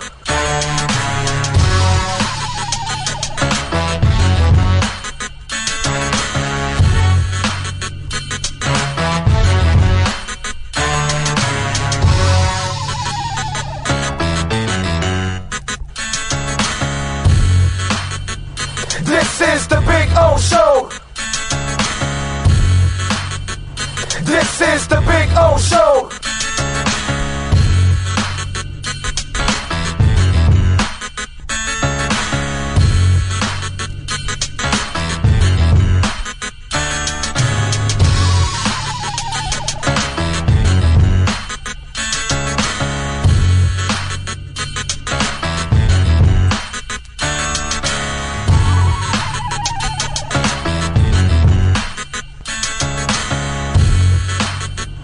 This is the Big O Show. This is the Big O Show. This is the Big O Show. Oh, great. You have a doorbell camera. Now you have a front row seat to your house getting robbed. They're breaking into my house! Ooh, there goes the TV. I'm sure it'll turn up at the pawn shop. No, not the TV! Just because you can see them, that doesn't mean you can stop them. With Slogans, you get 24-hour monitoring, a free home security system, and professional installation. Plus, free doorbell camera, one that'll actually work for you. Get out of my house! Get out of the house! Call 1-800-ALARM-ME. Welcome to Red Light Therapy, a revolutionary technology perfected by NASA to aid in muscle strengthening and recovery. Red and infrared light has the capacity to penetrate deep into the cell's mitochondria, potentially leading to increased energy, faster recovery, and the optimal performance your body demands. Train, fight, recover. For over 16 years, EJDconstruction.com has provided South Florida residents quality craftsmanship, accurate project management, and exceptional service. That's why EJDconstruction.com is an A-rated member of Angie's List and the Better Business Bureau. When you're looking for the right custom home builder for additions or home remodeling, please call my friend Eric at 305-433-4843. That's 305-433-4843 for EJDconstruction.com. There's no need to drive around South Florida wasting valuable time looking for a new or certified pre-owned Acura. Go to the #1 volume sales dealership in the Southeast United States. Craig Zinn's Acura of Pembroke Pines. Purchase with pace and space in a dealership tailored to your needs. From home buying to providing that personal touch. Contact the 2020 Satisfaction Award winner Craig Zinn's Acura of Pembroke Pines. 888-776-5123. That's 888-776-5123. Or visit them at 15601 Pines Boulevard in Pembroke Pines. The viewpoints, statements, or beliefs expressed on the following program by the host, guests, or callers are not necessarily the opinions of FantasyXS.com, Media Group Inc. ownership, management, sponsors, or website. When it comes to South Florida sports teams, very few in the media have witnessed, lived, and covered it like the Big O. Let's start the program dedicated to your favorite South Florida teams with a passion that's unmatched. The Big O Radio Show is on. Here's the Big O. All right, there he is, locked and loaded and looking styling. You're styling today.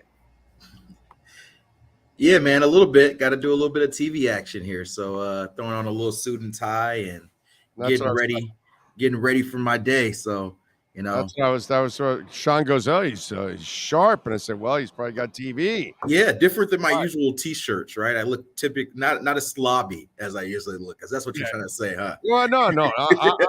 I'm more of the slob, but I'm just because Sean was thinking like you were dressing up for us. I'm like, no, dude, it's not for us. Yeah, no. I'm going right here to this backdrop in probably about 20-25 minutes to set up for TV. So yep, you get the suit, you get suited cam today. All right, so it looks to you like there's going to be no Austin Jackson, right? I mean, you don't practice Thursday, no side on Friday. Looks like that high ankle sprain. I don't know if there was a setback or not, because he kind of sounded, one of the things that Mike has kind of burned himself with is timelines, right? Yeah. He was so positive about Byron Jones, and then that didn't happen, and then kind of gave us a little oomph last week about, well, Austin Jackson's practicing, and so he's got to be kind of careful with these timelines. Right. I think you learn stuff as a new head coach, right? He's trying to be forthright, which we appreciate in the media. And because you remember, a lot of coaches, especially the last coach here, used to say day to day on every injury. A guy can have a torn ACL, and it's like he's day to day. And so Mike McDaniel's trying to help us out a little bit. Hey, this guy will be back by then. This guy will be out, a couple of weeks.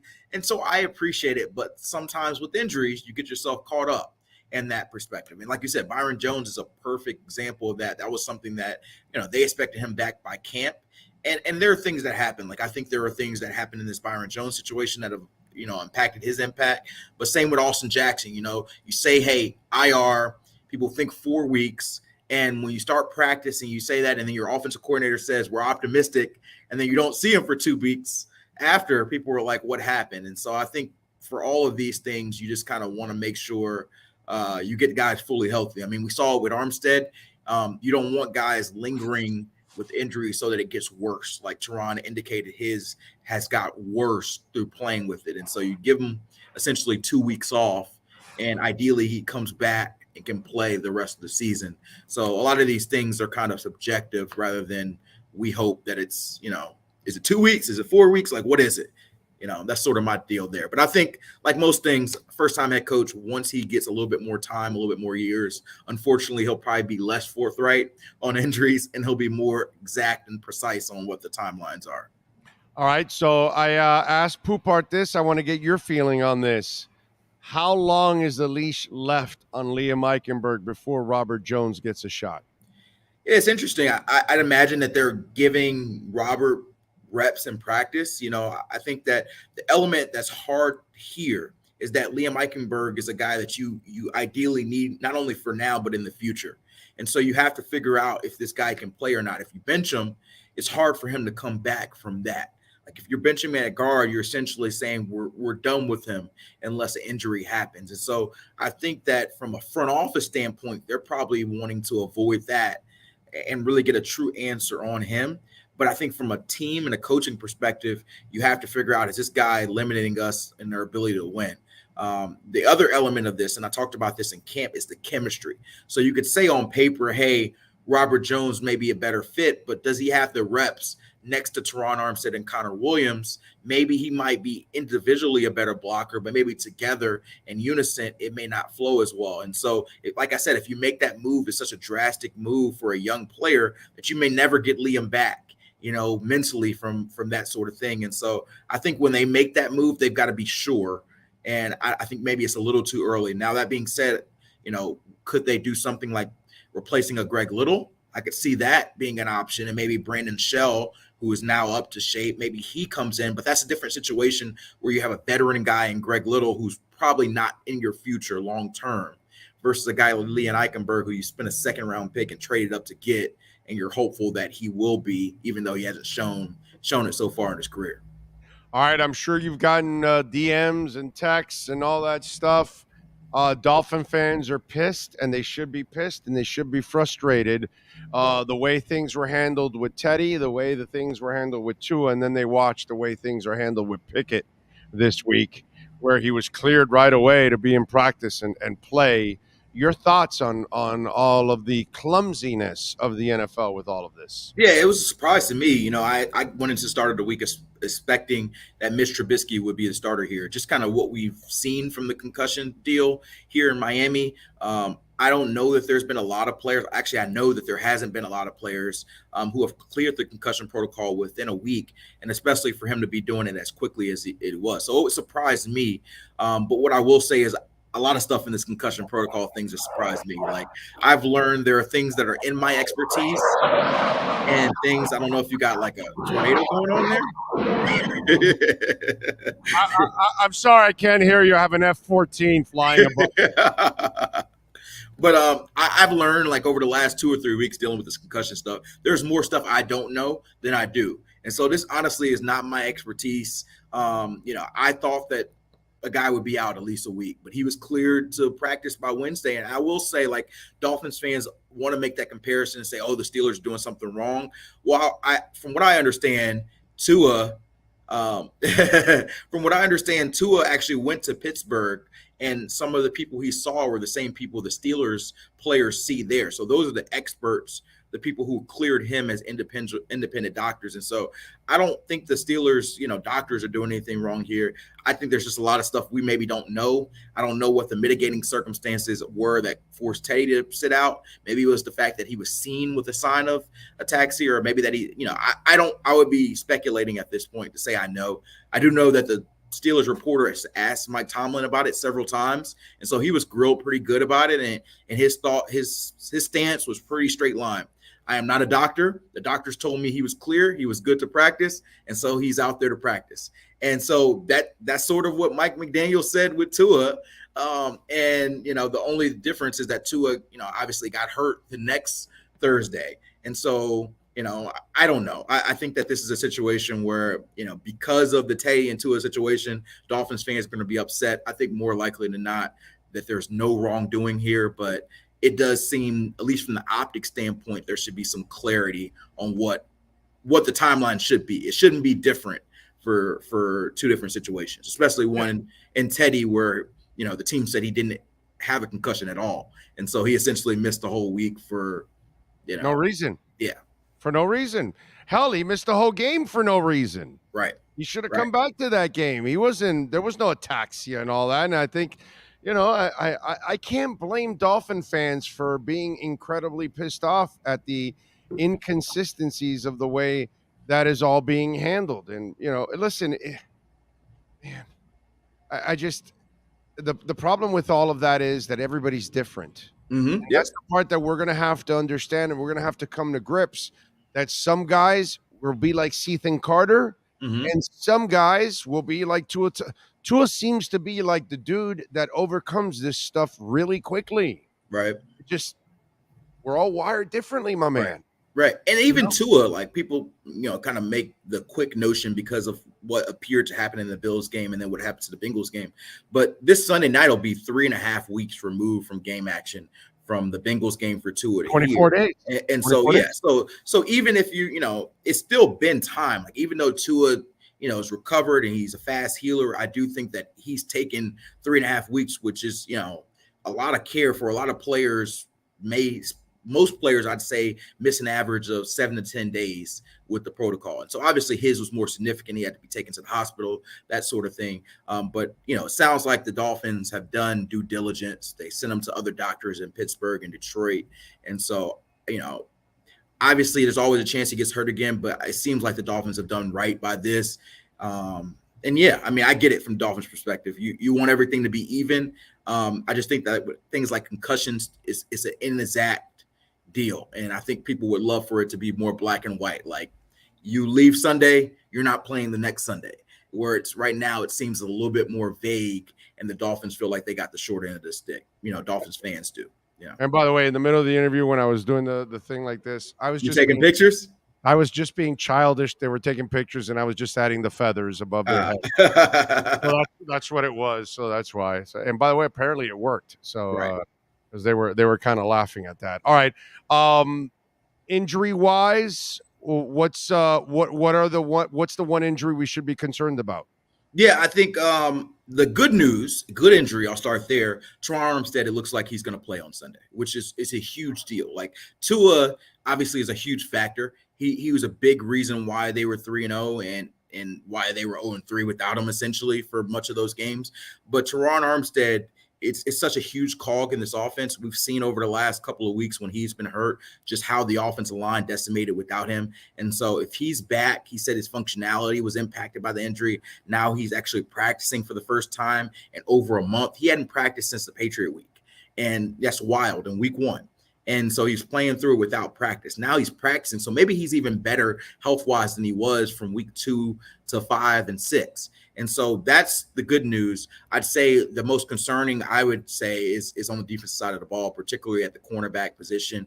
They haven't really made any outside moves. I think there's probably a likelihood they promote one of their corners, maybe Tino Ellis, who's on the practice squad. But right now, you've got two guys who, Keon Crossan, Kader Kohu, both of those guys dealing with injuries. There hasn't been an official call there. They really need those guys, at least one of them, and ideally both of those guys to play because you're playing a team in the Steelers that has 3 receivers and Deontay Johnson and George Pickens and Chase Claypool to really test your depth. And so the Dolphins, Mike McDaniel doesn't seem super concerned about it, but, I'm a little concerned and especially a team that blitzes and runs as much man as they do, they really don't have much margin of error. So, Emmanuel Ogbah's also questionable. That's one we're going to watch, probably go up to game time. But I think the corners and their health there is going to be the big deal to watch. All right. What are you, who, well, by the way, before, see if you agree with the rest of us. Who's playing right tackle? I don't know for sure, but I would probably start Brandon Shell at right tackle. Okay, all right, you all agree. So it's the worst kept secret out there. Okay, yeah, that would be my view. Yeah. Okay, all right, we all agree, pretty much that Brandon Shell should be starting over Greg Little at right tackle. I think there's a little extra buzz in the building about him. They're like, in other words, from what I'm hearing, there's a pleasant buzz in the building that they found him off the street. In other words, right. Yeah, and I mean, this is a guy who started games, for last 6 or 7 years. So it's a situation where a lot of these guys, they're looking for a starting job or a specific role. And at some point you just figure, hey, I'm assigned to it. If I want to play, I got to play. I mean, we saw it with Chris Harris playing last night. Chris Harris, the cornerback, that was longtime Broncos and Chargers guy. This is a guy who has been a starter his whole career, signed to a practice squad like week 3 or 4 once he realized he wasn't going to get the starter role or the starter money. Brandon Shell, probably the same thing. And so, I think that he's to my opinion, a better player than Greg Little. Like, it's just simple as that. Like, if you put him against an edge rusher 10 times, Brandon Shell may stop the player 8 times, and Greg Little may stop him 6 times. And so I think it's a noticeable difference. And so once he gets caught up and once he gets more comfortable in the scheme, which it seems like he's getting closer to that area, I think that becomes a pretty easy decision that Brandon Shell should be your right tackle when Austin Jackson's hurt and your swing tackle even once Austin Jackson's back healthy. What are you picking?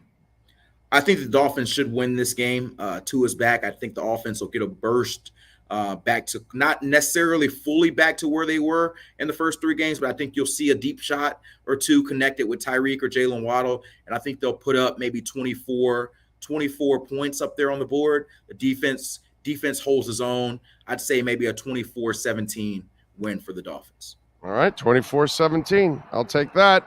Follow him on Twitter at Cameron Wolf. Catch his work there at the NFL Network. Always getting it done. Cam, appreciate you, my brother. We'll catch up on Sunday night, late Sunday night. Hopefully we're talking about a victory. All right, now. Appreciate you. You got it. There you go. Cameron Wolf, man. Good stuff there, as always. That is our KSDT CPA Miami Dolphins and NFL report.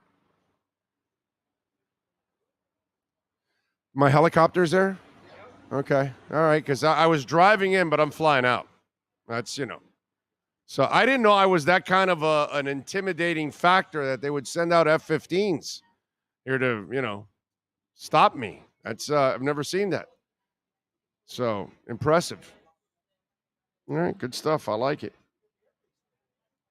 Yeah, Homestead Air Force Base. That's why you had the F-15 fly over us.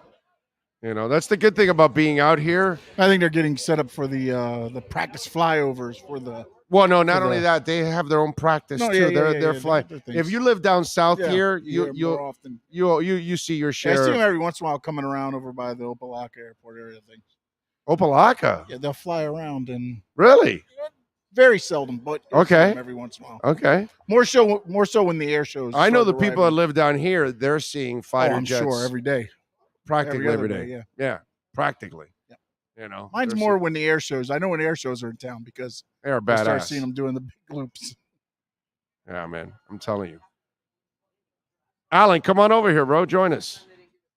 And we're out here, of course. Bailey Curry is driving the KSDT number 6 car. You're going to see it this week. Number 4, I'm sorry.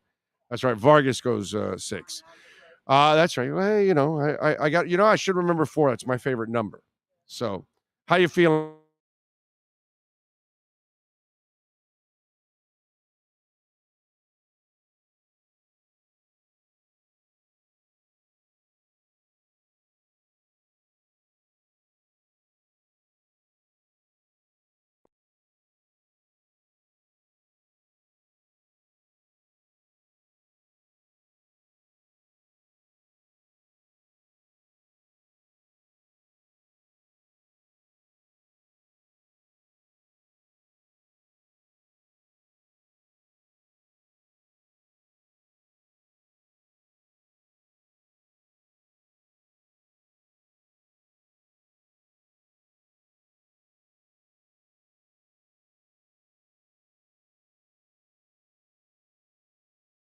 But those other teams.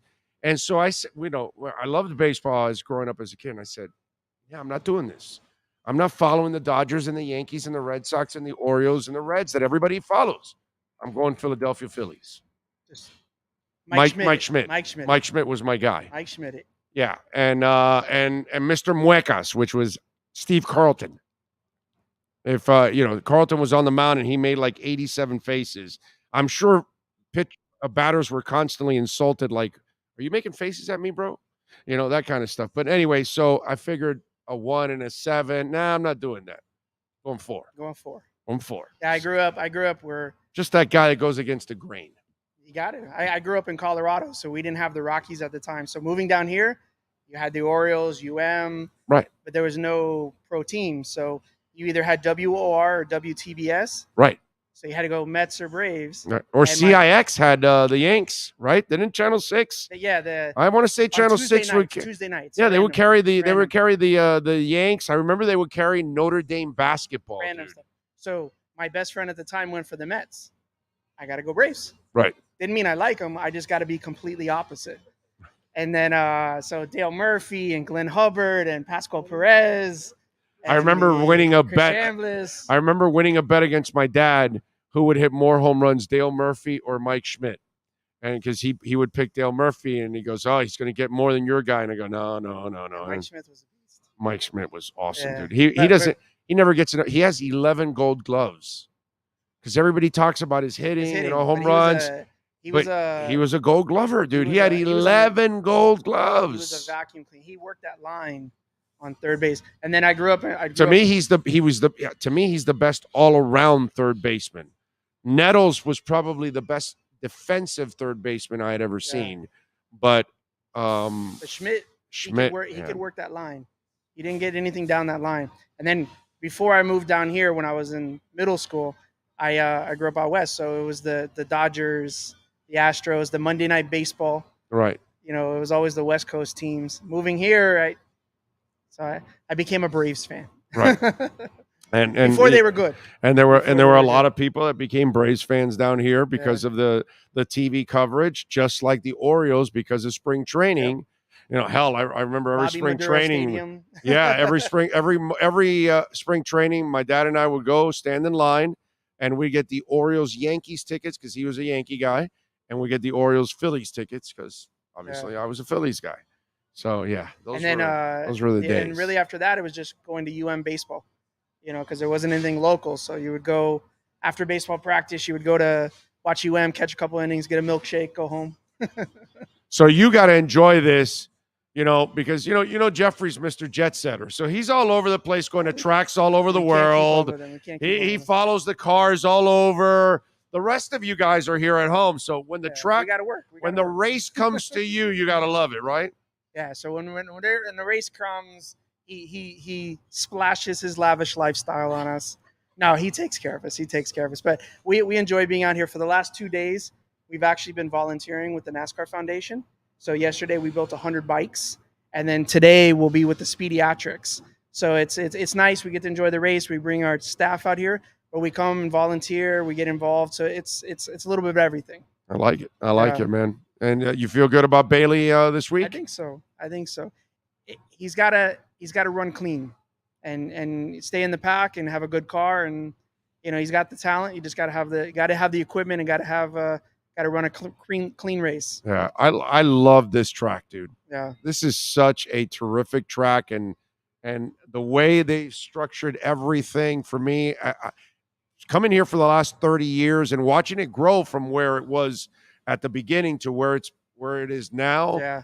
That they've upgraded the racetrack itself, and then all the amenities inside and the grandstand and expanding and everything. They've done a good job. They've done a great job, man. We were just speaking of the F-15s flying over. We were talking about it coming down, that Hurricane Andrew really kind of set this place back 20 years. Oh, yeah, because yeah, the base was 40,000 people worked there, but the track and everything they were going to build hotels, and they were going to put, and then, it almost like had to go reset. So I'm glad to see it where it's at now. And now the community has made it back since then. Yeah. Because obviously all the homes that were destroyed, but now they have constructed a ton of homes. But the base itself used to be a monster base, and everybody I knew growing up, somebody worked there. Somebody was God, I went to South Florida Military Academy and Continental Military Institute. And so was we that used by to choice or forced? Forced. So we went. We would come here to Homestead, and we were part of the. What's that called? You were like ROTC, or it wasn't an ROTC, but I was like, I don't know what it was, but I was part of the correctional some facility? kid military thing that Correctional cleanup? No, I don't know, not correctional, not yet. That'll come soon. Yeah. That'll come. Service? That's eventually. It's gonna happen. Yeah, probably community service. I forgot what it was called. Like I don't know, but anyway, we would go always to the base, and then we would go shop there too. So you would get like a 20% commissary. And yeah, you would get a discount there, and you would buy all your military stuff and all that kind of crap. So it was cool. I used to love going to the base all the time. Yeah. I haven't been to that base in decades. It's a skeleton crew. It's like a scramble. I would imagine. Yeah. But when it was a thriving, I had a lot remember. of friends. We'd go bowling there. We'd go to the Commons. It was a city. I know. You got dropped off at the gate. You got an ID. You got picked up by your friend that lived there. And you lived, it was like it was a whole town. It was a city. It was amazing. Forgot the name of the damn thing. It's not Civil Air Patrol. Dolphin Dan, you bastard. You got it. Civil Air Patrol. Civil Air Patrol. That's it. The CAP. Yes, that was it. The Civil Air Patrol. Nice job, Dolphin Dan. There you go. Bonus points. I love that. Yes, that's it. The Civil Air Patrol. I was part of that. That was fun. But were you learning how to fly and everything, or? I got my pilot's license. So you were part of this. No, it was a little after. It was a few years after that because I was young. Civil Air Patrol ground crew. Right, basically. Yeah. Basically, Ground it's a program they had for kids. No, yeah. Is what it was. It was a program for kids that maybe wanted to join the military and they wanted to find out more. Right. So then you'd go and you'd take tours and you'd go to experience all kinds of different things on the Air Force Base and all that kind of stuff. And since you were in a military school, so that was kind of their thing. You know what I mean? Kind of pushing you. Yeah, exactly. So that's neat. Yeah. It was actually visiting the base was back in those days. But I mean, it was a city. Yeah. It was a complete city. Yeah, dude, we're talking 40 years ago. Yeah.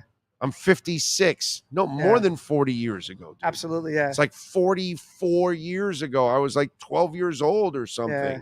So I remember 13 went to, or something. Yeah. I went to junior high before it was middle school in Cutler Ridge and half the kids went there somehow was affiliated to the base, parents, Right. or they worked as civilians, or they were working there. So I had a lot of friends. We go play at the gym, basketball, and it was a complete city. They had a movie theater, bowling alley. I know. I mean, absolutely everything. No, I remember. I remember.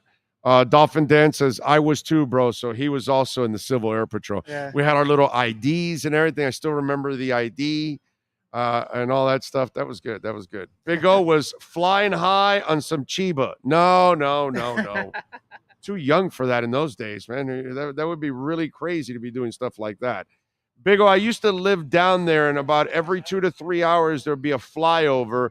It's practice when the U.S. is in any situation, meaning threatened, it ramps up.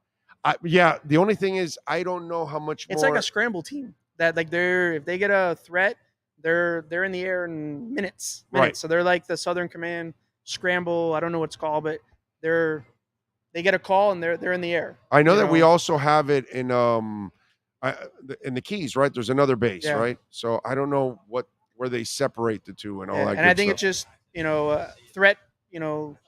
Get out, and so they're just practicing, getting ready. And I used to have a neighbor that worked there, and they were in the air in minutes. Whenever the alarm went off, and then when the threat was over, they would come back and just maintenance and keep everything going. So. Okay. All right. Ready to go. Am I supposed to wear that while I'm doing the? Yeah. I don't think my big head will fit in that thing, anyways. We have a star amongst us, by the way. So I got ground. Yes. Yeah. We're gonna ground you. We have higher talent. So We're gonna ground you. We're gonna use Air Force terms. We're gonna ground I you. appreciate that. Bailey Curry is ready to race in and take over the All right, I'll position. give you that. Since he's ready to, he's gonna win the race. That's the plan. You're right. You got to win, right? I'm gonna try to everything I can. How you feeling, Bailey? You feeling good? I'm good. Yeah. Car's flew in looking this sharp. morning. Yeah, it looks really good. The car looks good. We got the new helmet. It looks really good. That helmet's built for me, bro. It's got an exhaust out of the head, and that's all I do is spew, hot We can air. show it So, on here. my wife says Pretty sweet looking. all I have is hot air. So that helmet is perfect for me. It'll let out the hot air that I'm constantly spewing. That's good. That's and nice. honestly, it makes me nervous just kind of holding it like this. That's a badass helmet, bro. It is nice. That is a badass helmet. Yeah. Let me see it. Let me show the folks. Look at this. This is what Bailey Curry's going to be wearing, huh? This is what I need at home. See? That's the exhaust right there for all the hot air I spew.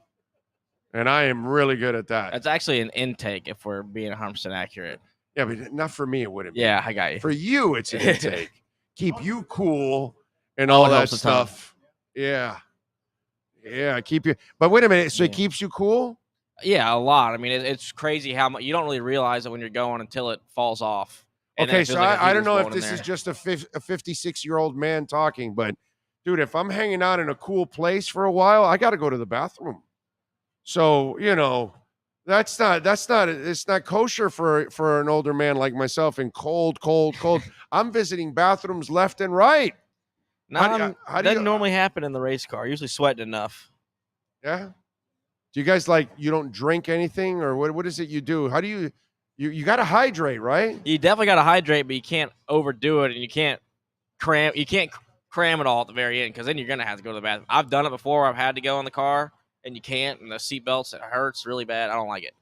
But usually the routine is hydrate best you can, national anthem, porta potty, race car. That's the strategy. Okay. So right after the national anthem, if we shine the cameras, there's 400 racers running into porta potties. Yeah. Usually they're aligned. There's a line everywhere you go. Every porta potty down pit road. You're not supposed to wait for a. You gotta race to Well, run. it's other race drivers. Yeah, Okay. you can't. Usually the pit crew guys help you out. Like, hey, yeah, go ahead. Like, if another driver, they're like, yeah, I got to get in just like you do. So Right. you got to exactly. wait. You gotta wait. Wow. That is how long have you held it? I ran my first 500-mile race at Texas, and I don't remember, a couple of years ago, and around lap 100, I needed to go. It wasn't good. Oh. And how many laps is it? 500 milers, like at a mile and a half, 320 something. Yeah, it's a few laps. Wow. Okay. All right. It's amazing you guys don't do commercials for like Depends. Yeah. Hey, that's a good marketing idea. I'm gonna Yeah, have to write that one down. Depends. What are you guys doing? Let's go. It's not just for old people. It's for race car drivers. Let's go. Come on. Runners too. Yeah. Although no runners, no, because then they're carrying the weight while they're running. Exactly. And Just really, better the roll issue down in the leg. race car is the seatbelts like push on your stomach so much you Oh can't. God. Yeah. Yeah. All right. So describe this track to us. What's what do you like about this track? What is challenging about the Homestead Miami Speedway? The most challenging thing is when the track wears out and your tires wear out and you got to get up there right on the fence and run around the wall, pack in the air, doing all the right stuff to get as close as you can but not hit it.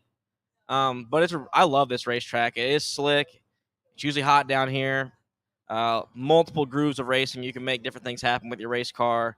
Now, wait a minute. Let me slow you down a second because we're idiots now. You're the smart guy. You're the pro.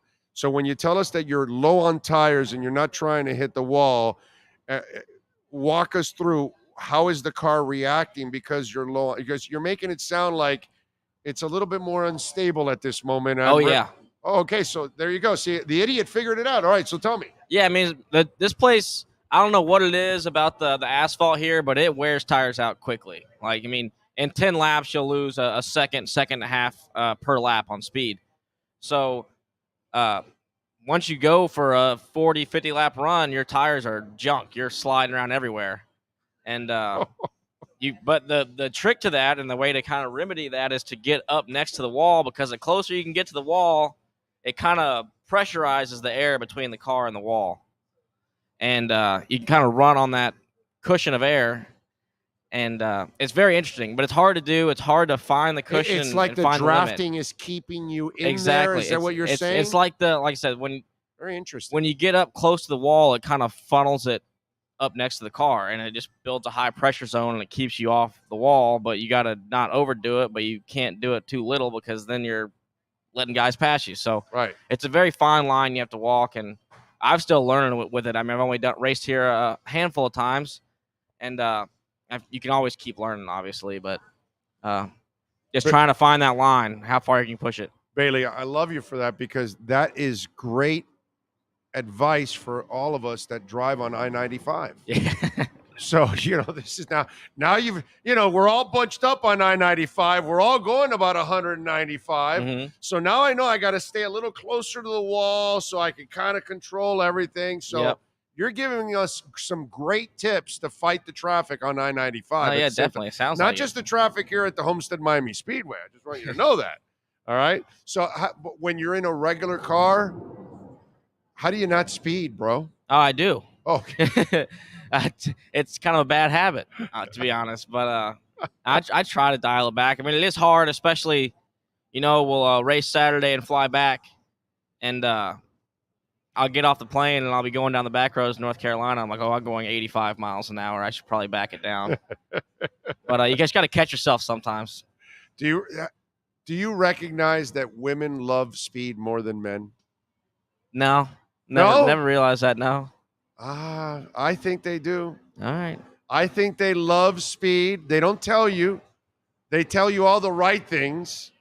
But when they're in the middle of it, I think that they like it. I don't know. Whenever I'm driving, my girlfriend closes her eyes most of the time. So she's with a professional race car driver. That's what I say. I'm like, I do this for a living. You don't gotta be scared. I mean, if anybody I want to cruise around with, it's with you. I want Bailey Curry driving me around. I don't care. Once I was on the Autobahn. Mm-hmm. I was 18 years old. We rented a Ford Fiesta, and I shit you not. It's me, my dad, and his wife, and we're in a Ford Fiesta with like 5 pieces of luggage because we're going to Europe. So we're doing about 120, okay, on a Ford Fiesta, which is like but it's in Europe. They're a little bit more jacked up, the cars. Mm-hmm. So I'm doing 120. I'm like, yeah, all right, cool. I'm telling my dad, you should have rented a better car so we can go faster. He goes, that's the reason I didn't rent a better car because I know you would want to go faster. And some guy just zips by me. And I'm telling you, it's Bailey Curry because he's smoking a pipe. He's in a BMW, like a 7 Series, and he's doing like 170, and his wife is next to him putting on lipstick. It was That's awesome. It was awesome. Yeah. I was like, and bikes are passing me, you know, and I'm doing 120, dude. So they're flying. Oh yeah. So have you been to the Autobahn? No, yet? I haven't, but it sounds like I might need to go. It sounds pretty cool. Yeah, it's like a drug. That's not a drug, but it's kind of a drug for us. It's called speed. Yeah. So if you ever want to legally speed, the Autobahn is the place, my brother. I have to check that out. There's no speed limit there. Yeah. No, I knew that. I just never really been out of the country at all. So. And don't rent a Ford Fiesta, baby. No, yeah, I wouldn't. I'd have to step it up a little bit. A Chevy Camaro? Maybe even something a little sportier than that. I don't know. Maybe a little Corvette action. That new Corvette's pretty cool. Maybe a with the little flat plane Porsche, crank. something like that. But some that you need, that you have the need for speed. You know what I mean? Don't get a Ford Fiesta. That's the only thing I can tell you. That's for sure. All right. So what's your favorite part of racing? Because there's the preparation, there's the simulation, there's the classroom stuff, there's the testing, there's the qualifying, there's the race itself. So talk to us about that. I know it's not talking to us media idiots. It's just the racing, the going out there and racing with other guys. And also I love qualifying too. Qualifying something that it's the fastest you're going to go all weekend, the hardest you're going to push the car all weekend. And go out there and get all you can while you can. And it's always something I've enjoyed. And I feel like I've gotten pretty good at it. It's probably the safest part of the race, right? That you're all alone. You're kind of in I don't control. know. I don't know. I mean, because really, talk to me about. I mean, a lot of them. You're in traffic. Like I said, you're when you don't, especially with this little practices we get now, you're pushing the car way harder than you push it in all at practice, and you don't know. I'm gonna drive this car off in here 5 car lengths deeper than I did in practice, and I hope it sticks. It might not. I might go down here and crash, but most of the time you make it through, and you're like, man, I should have gone 6 car lengths. But like I said, qualifying is just fun. I've always enjoyed it, even back when I race local stuff, short tracks, just because you put new tires on and you're 10 foot tall and bulletproof, and you can go do whatever you want. So it's really cool. JD Motorsports, Bailey Curry joining us, the number 4 car. You can check it out tomorrow here. You'll see the beautiful KSDT CPA logo on it too. Hopefully you can get that win. When was the moment you caught the bug? Do you remember when you said, this is what I want to do? Man, I really don't know from when I first started. I mean, I'd imagine it's from the first time I sat in a go-kart at Hill Country Kart Club in New Braunfels, Texas. But I don't know. My dad raced when I was a kid, so I mean, I'd run around on a yard go-kart from the time I was like 4 years old. So I know that it was whenever I realized I got like I could be a NASCAR driver bug and like try to really go chase the career was probably, I don't know, my second truck race. The first one kind of sucked, didn't go very well, and I went to Phoenix and we finished 10th. And it was like, I want to go do this. I really don't want to do anything else. This is what I want to do with my life. And been on the chase ever since, really. I've been fortunate enough to have a deal with Johnny Davis this year and racing his car, thanks to people like Jeff with KSDT. And it's been really cool, man. I don't know what else I'd want to do. So, okay. You got something there, Sean? This might be a little bit on a serious note with everything that happened with the Bubba Wallace incident and with Kyle Larson. Does there come a point to where you know that fine line? How do you control that? I guess would be my question. Just because week in and week out things happen on the track, but how do you end up controlling that and not having that incident that happened last Sunday? I mean, really, when I think about things like that, I just think I don't want to tear Johnny's race car up. I'm not going to go retaliate on this guy and tear his car up, and then next week he's going to be pissed off at me and come junk me for no reason, and now Johnny's out 2 race cars, not just 1. So that's really what I think about. I mean, if I'm really angry about something, it'll happen after the race. I'm not gonna go wreck Johnny's race cars. That's not fair to him. I mean, it's not his fault what happened. He's not even has nothing to do with it. So And it affects everybody, not just the racer. Exactly. It affects the team, Yeah, the the team. mechanics, everybody. Exactly. You're really screwing everybody when you do that. Yeah, I mean, it's just tearing up race cars for no reason. Expensive. Yeah, that it is. That it is. Yeah. This a couple weeks ago, the Miami Dolphins. I don't know. Do you follow football a lot? Yeah, not a lot, but some. What's your favorite team, by the way? Dallas Cowboys. Okay. So Tua Tagovailoa suffered an ugly concussion, right? Mm-hmm. And so now he's back. He's going to play this Sunday night. And, I find there was a lot of sensationalism behind it because, he chose to play this sport that's dangerous. Mm-hmm. You chose something that's incredibly dangerous also. Mm-hmm. Firemen have to walk into burning buildings. Policemen have to put on a holster every day, and they don't know if they're coming home by the end of the day. And so I'm just wondering, what's it like to be in a job where you put your life on the line all the time and things like that? Because I don't do that. I've never done that for 33 years doing radio. He's not doing it, although he was a Marine. He used to paratroop. Oh, yeah. I used to jump out of planes. So his crazy ass is just as crazy as you, by the way. He's just not crazy anymore. You are still. So walk us through a career that is dangerous. Man, to be honest with you, I just don't really ever think about it. Especially once you get in the car, the last thing on my mind is my safety, which might be a problem, but I mean that's just what it is. You might think about certain situations after they happen, or you might think like when you're like in the act of crashing it, like, oh, I'll hit you again, like, oh man, this is kind of dangerous. Right. But yeah, no, it's I really don't think about it. I mean, it's something that I've never really thought about. These cars in the Xfinity series are so safe, and it's just something you don't really think about. And but it's cool though. I mean, it's you sound like when I got married. Yeah. Yeah. My buddy one of my friends goes to me, so what if you got to get a divorce? I go, dude, I'm not getting married to get a divorce. Yeah, exactly. I plan on being with my wife forever. Why am I going to be thinking about divorce? Why would you be? I'm sure a football player isn't thinking about breaking bones. Or anything. I'm sure a cop isn't thinking about getting shot either. At the same time. As soon as you start thinking about that kind of stuff, that's when it gets in your head, and the likelihood of it happening grows a lot. So yeah, in other words, confidence can never lack, can never wane. Exactly. In something like this, your confidence has to always be at the highest level. That's right. All right, Bailey Curry joining us, the number 4 car. You ready for it? Yeah, no, I'm really excited. I love this racetrack.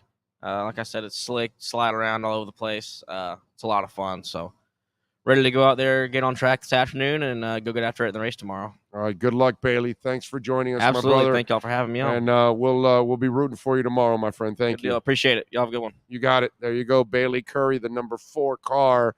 You'll see the beautiful KSDT logo on it, baby.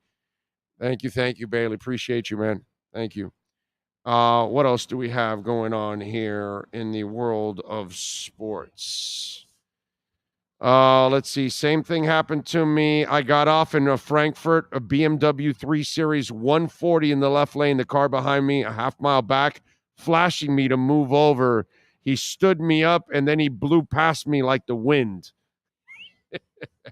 You ever been on the Autobahn yet, Sean? So then that's another thing we have to do on our show. Get on the Autobahn and broadcast from the Autobahn. Okay? I got an idea. We'll take the Winnebago. We'll broadcast from the top of it as we're driving down the Autobahn. What we do is we have Bailey Curry drive our Winnebago on the Autobahn, right? And then we're broadcasting.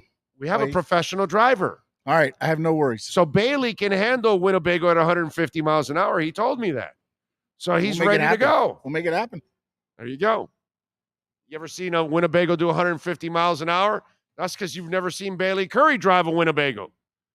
That only Winnebagos go 150 miles an hour and Bailey Curry's behind it, baby. And we're going to be broadcasting in it. On it, over it, everywhere. Maybe they'll tie me to the roof while we're doing it. I'll just be broadcasting, having some fun. Remember, tomorrow we're at Walk-Ons in Kendall. Okay? pre and post game show. Get you ready for the Duke Miami game, and we'll wrap it up. Mike and myself. We'll have Manny Navarro. Gabby Urrutia is going to. Oh, no, actually, Gabby will not be with us tomorrow. He is on daddy duty. Congratulations to Gabby. But we will have more guests for you tomorrow. And more importantly, we're going to be giving away all kinds of prizes, from Perdomo cigars to Canesware. And we're going to have, what's it called? Taste testing from Edge Energy Drink. I mean, you're going to love it, folks. So come on out there, join us. It's right on Kendall Drive, right off of Kendall Drive in 162nd. And we'll be out there broadcasting live, starting off at 10:30 in the morning. Kickoff is at noon. Doors open up at 11 in the morning. So come on out there and join us. Car started to float too much and the steering wheel disappeared. Car had 200 in it for sure, not me. All right. Go in a car that's going 200 miles an hour. That sounds like a lot of fun. All right, we thank Bailey Curry. We thank Alan Kinko. We thank Jeffrey Taraboulis. We thank Cameron Wolf. We thank Scott Pianowski, Joe Shad, Manny Navarro, Ira Winderman. Did I get everybody? Holy crap. We talked to a lot of people today here, and we had a blast. I love coming to this. I told Sean next year, Mike, you're on your own. You're going to be handling the Canes broadcast next year on your own. I'm going to come out here on Saturday. Maybe the Canes are off that Saturday. I don't know. But I'm going to be here next Saturday for this race. They got the tech area right there. That's what they're going through right now, the tech for the cars. That's why they're lined up right there. But you know what I love about all of this? Because, we got the juice that we can get the passes to go hang out there. I will get in there. We'll be able to go walk around the pits and hang around and all that. And race car drivers, by the way, in general, okay, because nothing's perfect, but in general, good dudes. Right? You would say? In general, good dudes. Good dudes. And they're made pretty available for pictures and stuff. Yeah, I'm not that's saying you can talk to them necessarily, but they usually stay outside the garage so you can snap pictures as you walk by with their, their car, the area there. I mean, not all of them are, you can approach because they're still working on their cars and things like that. Right. But 100%. Yeah. Good dudes overall, at least from my experiences. Actually, the ones that were a little touchy in my experiences in the past were the indie guys. The indie guys were a little bit hoi polloi, you know what I'm saying? Yeah, that's hoity-toity. Yeah. Blue collar here. Blue collar guys. No, and here's and I hate to do this, but it's usually the non-American guys that were kind of standoffish at times that I would run into in the indie. But it's more like that. And back in those days, it was indie or kart. Yeah, the athlete that's been pampered their whole life. That's what usually those guys are, because they've been through each level. They've been fed everything, Yeah. I got you. I thought that was the car because I saw the coloring, but it wasn't. It was I got you. These guys come sometimes from real humble beginnings. I mean, some of them because they got to work their asses off just to get the a lot sponsors. of these guys, yeah, man. You start driving go-karts, then you go up to, the different series and trucks and stuff like that. Yeah. I mean, there's so many stories where, guys, again, it's one of those things where sometimes they don't even get the right connection to get the break that they need. Cars, different cars that are getting pulled over. I thought that was trying to see which one is the he is in heaven right now. Oh no, I love these stuff. I love this. He is in heaven right now. You know what I'm dying to do is get this son of a bitch into wrestling. Like I want him broadcasting at wrestling matches. I want him out there and all that kind of stuff, because I see his face freaking light up when he does that. So just like I'm watching him now, like they're pulling out all these cars right now, and he's just like, checking it all out. So I can tell he's like a kid in a candy store. So it's always good to see that. All right, we are out of here. We thank everybody that joined us as always. We thank Russell Branyan, by the way, and all the great people out here at the Homestead Miami Speedway for making it nice and easy. Russell, thank you, sir. You made it nice and easy for us to come on in and enjoy all of this. We thank all of you for tuning in, as always, and supporting the hell out of this show. We'll be back tomorrow and Sunday. Tomorrow getting you ready for the Canes and Duke, and Sunday getting you ready Sunday night Hey, we get to sleep in a little bit on Sunday. All right. Oh, that's right. You're here with the kid, and then later on in the evening. That's right. Damn. You're a good dad. You're taking care of your kid, which is the most important thing. All right. So we are out of here, but we'll get you ready for Dolphins and for the Canes on Saturday and Sunday. So come back to the platform, and you all be good out there. Be safe. We'll see you tomorrow. Same place, same time, same bat channel. Have a good one.